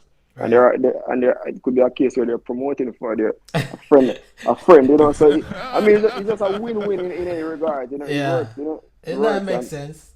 yeah, it works. I mean, like it's promotion, like promote whether you're paying for a promotion or you get a free promotion, it's still promotion. So it is working. So I mean, like kudos to them. I mean, like they're just finding a new formula ways of getting their music to the general public, and it's working for them. Trust me. All It's right. not so. Yeah, Yeah, go ahead. it's I'll not. let you finish. Go I'm ahead. saying it's not so hard like back then when like I mean like I know a lot of artists who were bringing their songs to Area FM. I know a particular artist, like trying. You always say to me, you hear my song on Area FM, but yeah, the song around we play the song on Area FM, but I said, well, no, really hear the song of playing no dance, man. So I know the song no boss, song no boss. So I don't know. Yeah. Yeah. All right. Let's switch gears. Let's switch gears because I want to make sure we hit all these bullet points before we close. Um, do sound systems still have the same level of party following? For example, Bass Odyssey, Stone Love, Mighty Crown, Bodyguard, Poison Dart, all those big sounds from back in the day that are still present right now. Do you think they still have the same level of party following? All right, party following. What I would like to think that those big sounds they still have their popularity in the sense that like most of the older generation are mid age party followers. They still look to those sounds as big names. But currently though, I am not sure which sound system is really trending in Jamaica right now. But it seems to me that because I'm gonna go back to this YouTube. It seems to me that because people are taking on this YouTube thing or this online streaming, Right. they have get more comfort from listening to their music on like online platforms, Right. right?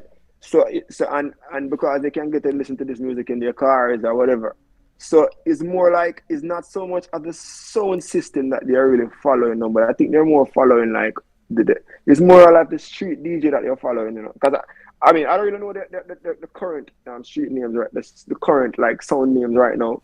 So Right. it's not like I'm hearing anybody talking about like Stone Love, but we do know that Stone Love exists, the bass at this and all those big names. We do know that they exist.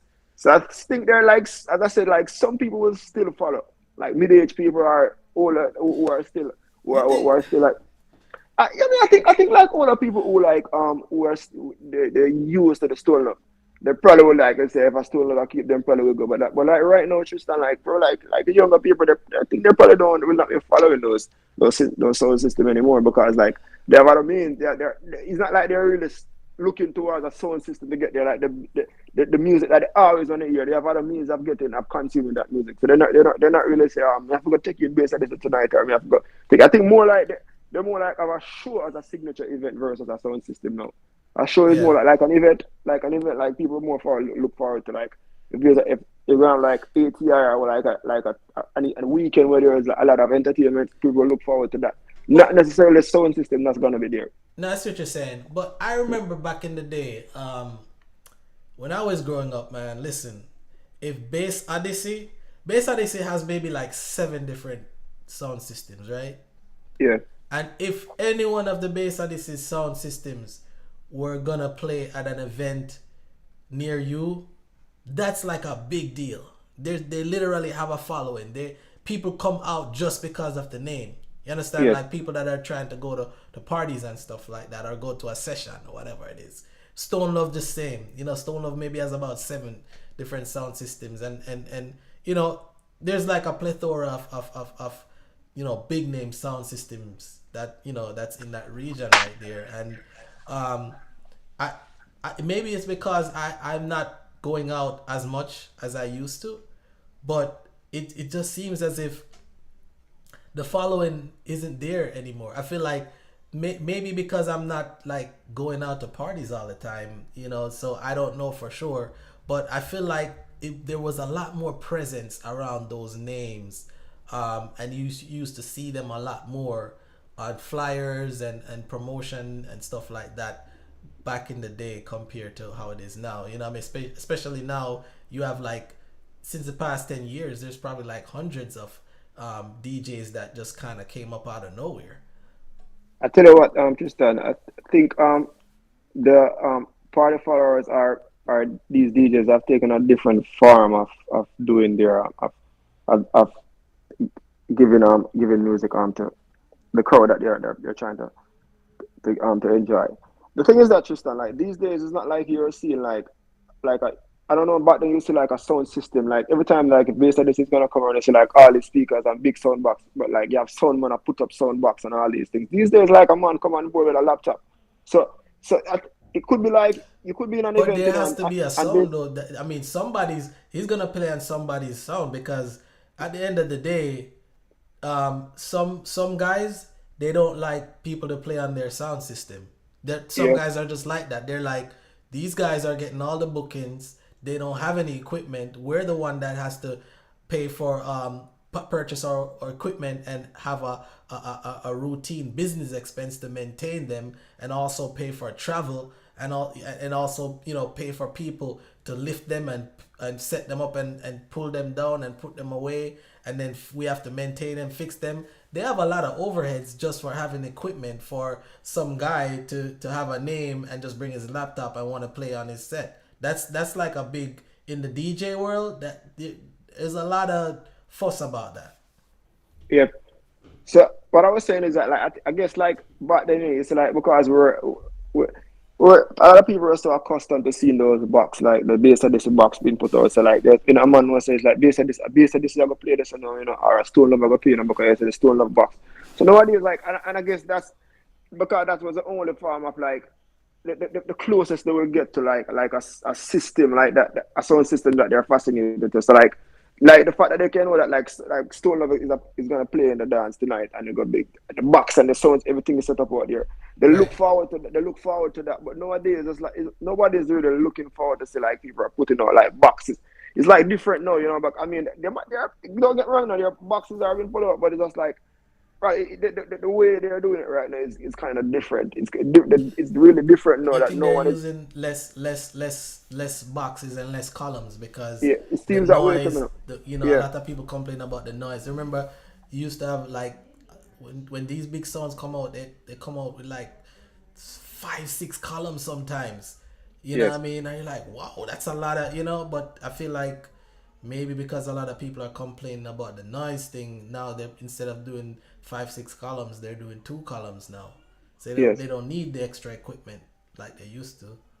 Yes, it's kind of different now. So I mean, as I said though, I mean, I do think that like as I said, mid-age people, there are some older people. They still like have they still love Stone Love, they still love bass and this those big names. They still have a huge preference for those sound system, but like that's changed now. That's changed now because I guess if someone the event is gonna be held at a venue, they're not so much concerned about the sound system, but I mean like it's just like the signature of the event, That's what Yeah. they're more aim to come on whether the DJ can pull out crowd or whatever songs are gonna play. Nowadays it Yeah. has changed, you know. And remember back then, you know, when these think about it, not just those big sounds, you know, they have a name. Whoever is DJing on that song, they have a big name. You know what I'm saying? It's a big Right. deal. These days, you don't necessarily have to have a big name for somebody to go to your event. I think there's more of the signature of the event, what that people are looking towards right now versus a sound system. Right. You know, yeah. Yeah, So that's what you're saying. All right. Let's segue. Well, let's segue into this next topic, subtopic, right? Our next bullet. Um, are dancehall fans still fascinated by dub plates and specials, or is that just for bragging rights among sound system DJs? all right, dancer fans are still fascinated by dubs. Right. All right, you know what? All right, I think it is when that is whenever it comes to like dubs though, Tristan, I think that is it kind of depends on the type of event, right? Right. Because remember, you know, Jamaica or industry have different segments, right? Especially in dancehall, you have like some artists that will give you like a cat like songs that cater for the ladies. Some artists will give you a song that cater Right. for like whatever they call it, gangsters or whoever. They cater for that form of audience. So whenever it comes to like an event now, that you as an audience, you as an audience, the audience are going to listen. For example, like Sting. If you're going to like a Sting event, we're going to that event. Like, all right, no, not even Sting, but if it's a sound clash you're going to, sorry, I want to say Right. like a sound, you're going to like a sound clash, right? And you know that every DJ on that sound clash, that they all have to have like some dubs because if you don't have any dub, you know, like if you don't have a Bounty Killer dub, you don't have a Ninja Man dub, you don't have those big names dub, whenever I come and another DJ play a dub plate, and you have to ensure that you can counteract. So of course the audience, right? They will look forward to go into an event because knowing that they're gonna hear dubs because dubs just kind of give you this like a it kind of give them like a little dopamine, this rush when they hear like Excitement. excitement, you know, whenever they hear like their favorite artist and a dub play. So if it's an event that is geared towards clashing, of course the audience is gonna look forward to hearing a dub plate. What But if about it's for in juggling though? Because a lot of DJs they get dubs not for clashing but for juggling. All right, you know what? All right, for juggling, it also, I can only imagine that, especially like places like Uptown Mondays or those signature. Again, it all boils down to the signature events. Like a signature event where like some artists, they would. I mean, when they hear the dub, they probably like they might do some form of celebration, and they put up the light or the torch or whatever it might be because they made them favorite artist. So they will celebrate because I mean when they hear the dub.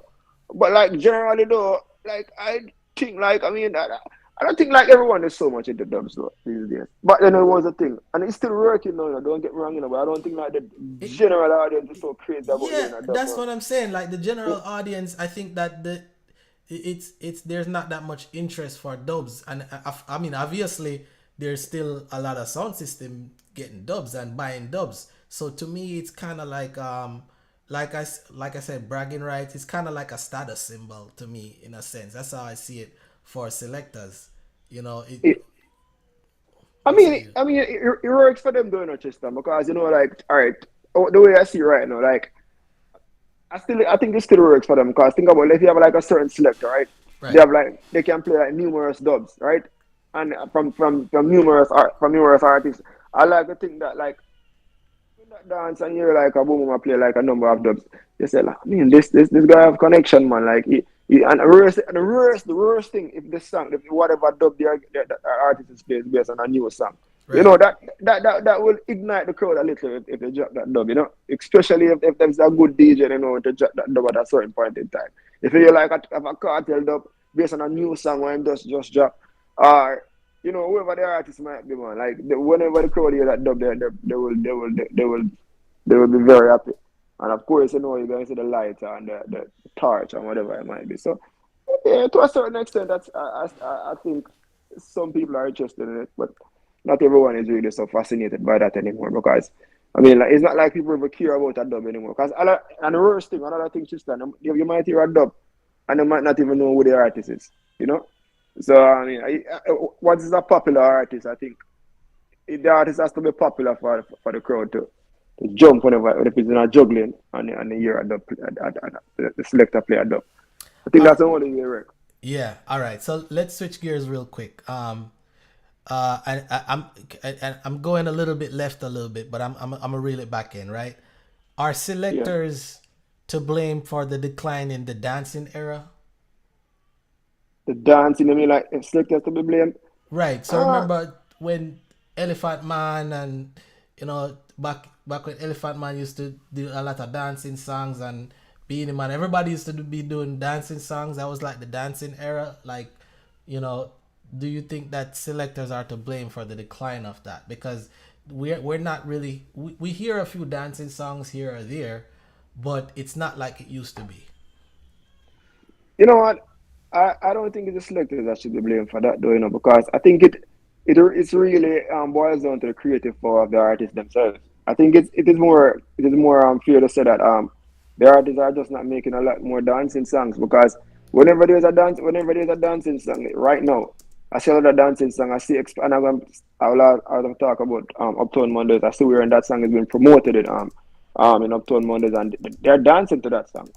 They're dancing to that the dance. Sorry, you know. So I think it's really I think we're just getting less dance dancing songs because the artists are they just need to do more.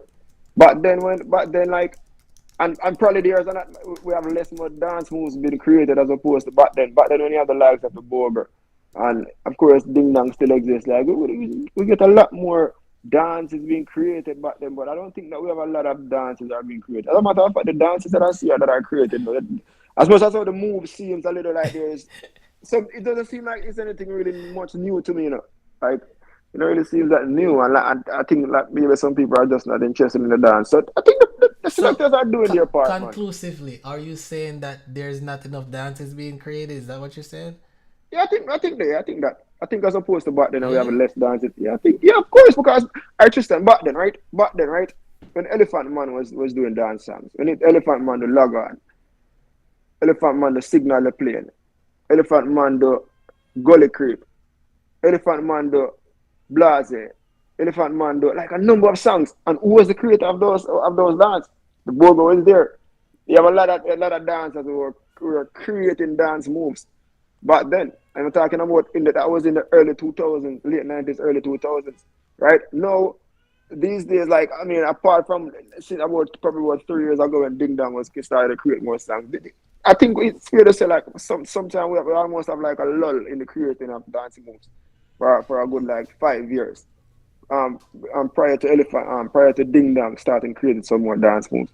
Honestly, there was almost like a lull. So, So I just think it's the creative power of the dancers and the artists themselves when we don't have a lot of dance songs right now. what would you say about the people that say the selectors used to see the guys dancing together as a group, and they used to say, "Yo, one bag of man that dance in a group and them thing there, and there's girls where you can dance with, and a bag of man over there's a group up and a sweat up and a dance with them one of that fire burn that."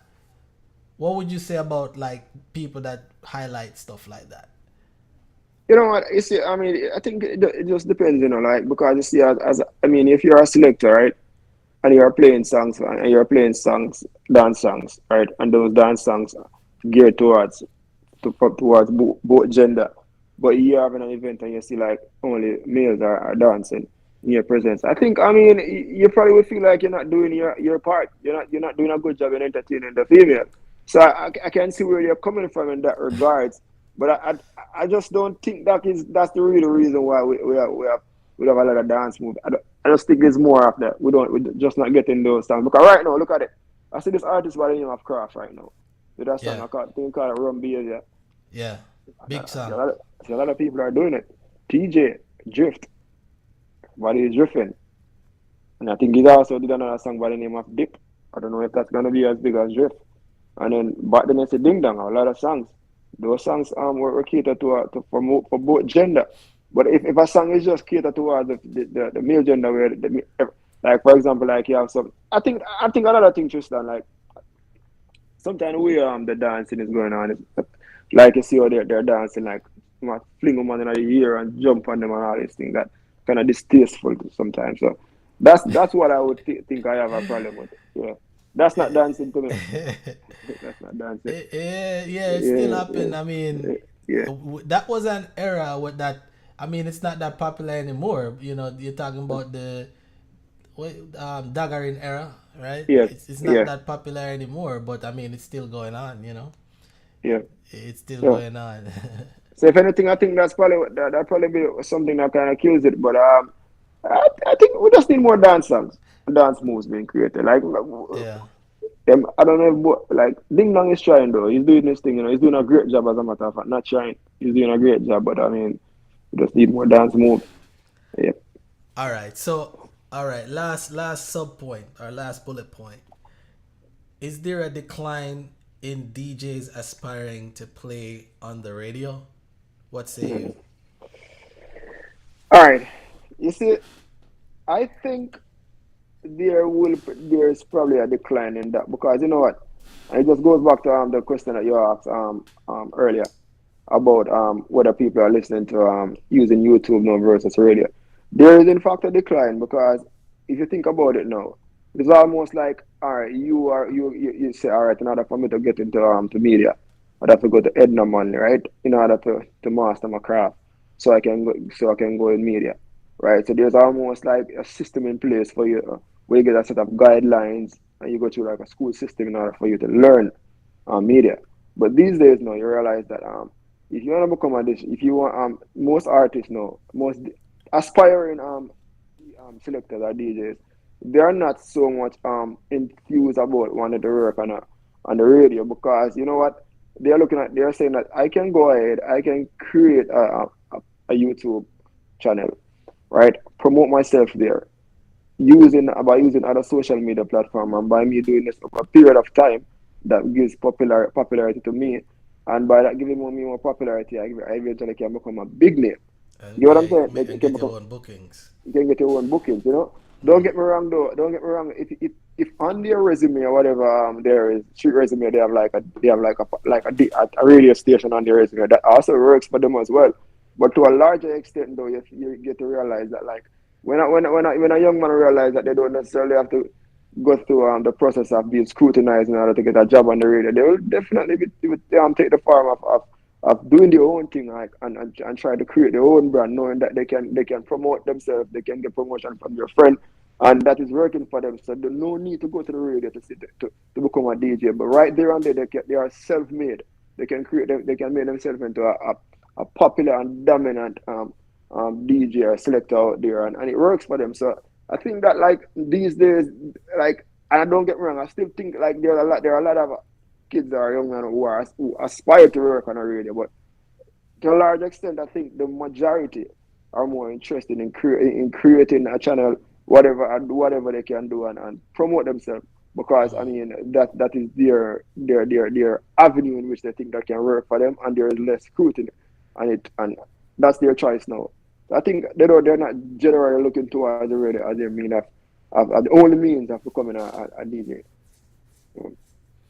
So, Yeah, I can see where a lot of young DJs aren't they aren't particularly lining up to be a radio DJ, because at the end of the day it's still like a 9 to 5 job, but I mean it's not the typical 9 to 5 job. I mean you're playing music, that's fun, but yeah.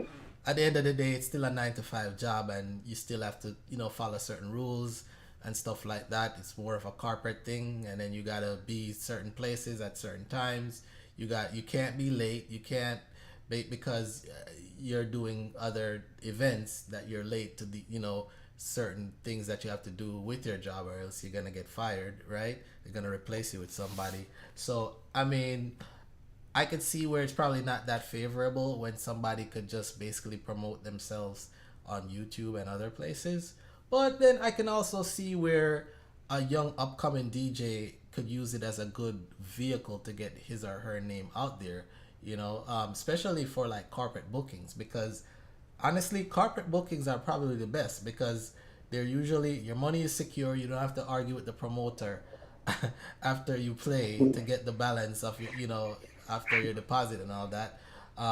And usually whenever they book you for an event, more than often the event is not going to be canceled for any reasons of not following certain city codes and things like that. It's corporate events are a lot.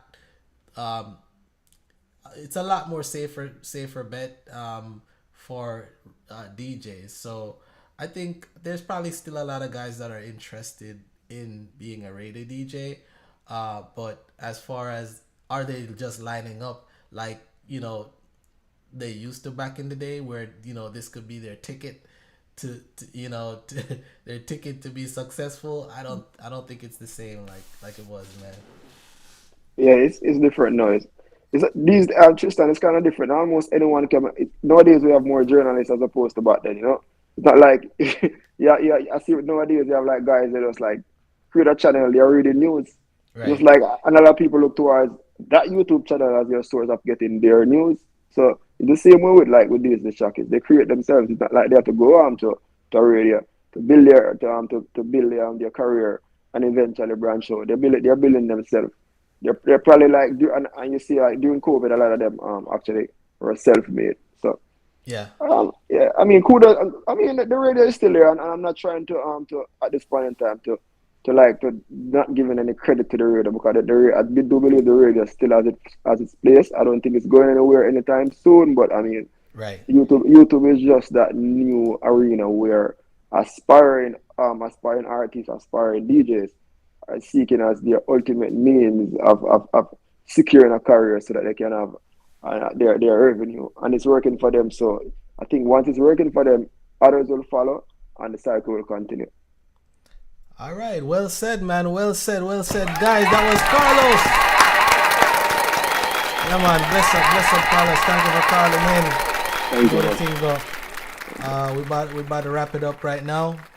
I'm about to play this last song by J.R.O. and Dan Pre, Born for Be Great, produced by Cadu Williams Music Group. Guys, this song is already 16,000 views, 290 likes. With only 2 weeks since it's released, and we're working hard to get this song trending. So if you can, whenever you get the chance, just go over from this live and type in Jayaro X Don Pre Barn Fibby Great. That's Barn FIBEGREAT official video, guys. Definitely go check it out. Drop a like, drop a comment, subscribe to the channel if you're not subscribed. And go ahead and share it to somebody that might like that type of music. It's a good, clean song. Not a lot of curse words in it or anything like that. Nice, positive song. They're not talking about a bag of chopping and killing and all that type of stuff that you usually hear. Nice, positive song that anybody could basically listen to. You understand? You could play the song in the church, man. You understand? So, yeah, man, definitely, guys. Carlos. That's up, man. All right. Let's give thanks for that. All right, blessings. All right, guys, that was Carlos. Yeah, man. So you don't know, it's about that time. It's 8:02 right now. So I'm 2 minutes over the time. So here's what, guys. I'm gonna go ahead and lead out with this video. So you guys, thank you for joining. Thank you for tuning in. Thank you for your likes. Thank you for comments. Thank you for your share. And if you haven't caught this, I hope you catch the replay when this live is over. And guys, I'll see you next week. Bless up. My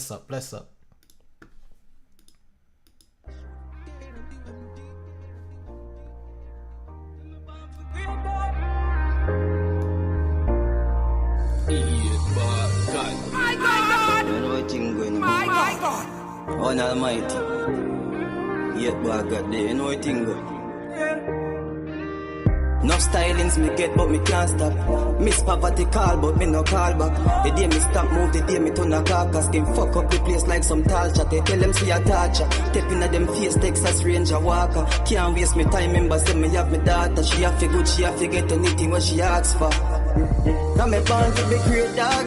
Let me in before me kick off the gate dog. Nobody tell me about faith cars. Me ready, now it seems like the beer's hard. Now me dark like the shades from Rachel's. Man I shoot for the riches and the Lakers. Put a big girl shan on the acres. Generation well to me grands and my great grands. Poverty was my neighbor.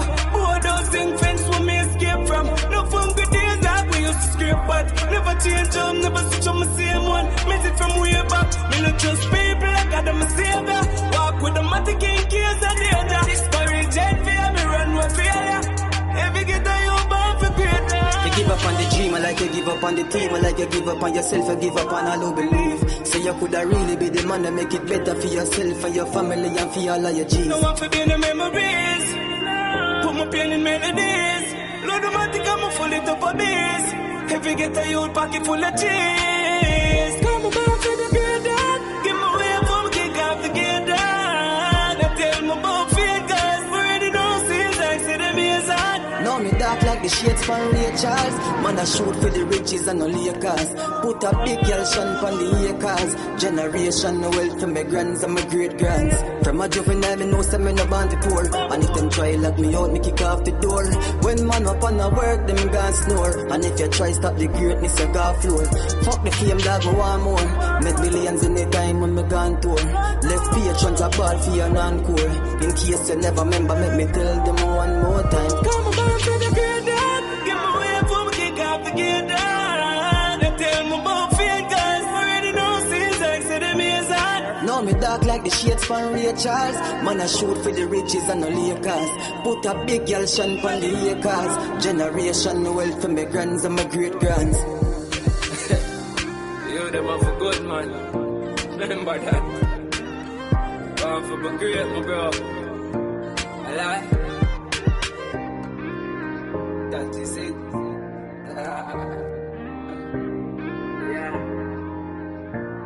Yeah. See, pre now, 12 span visual, the shot.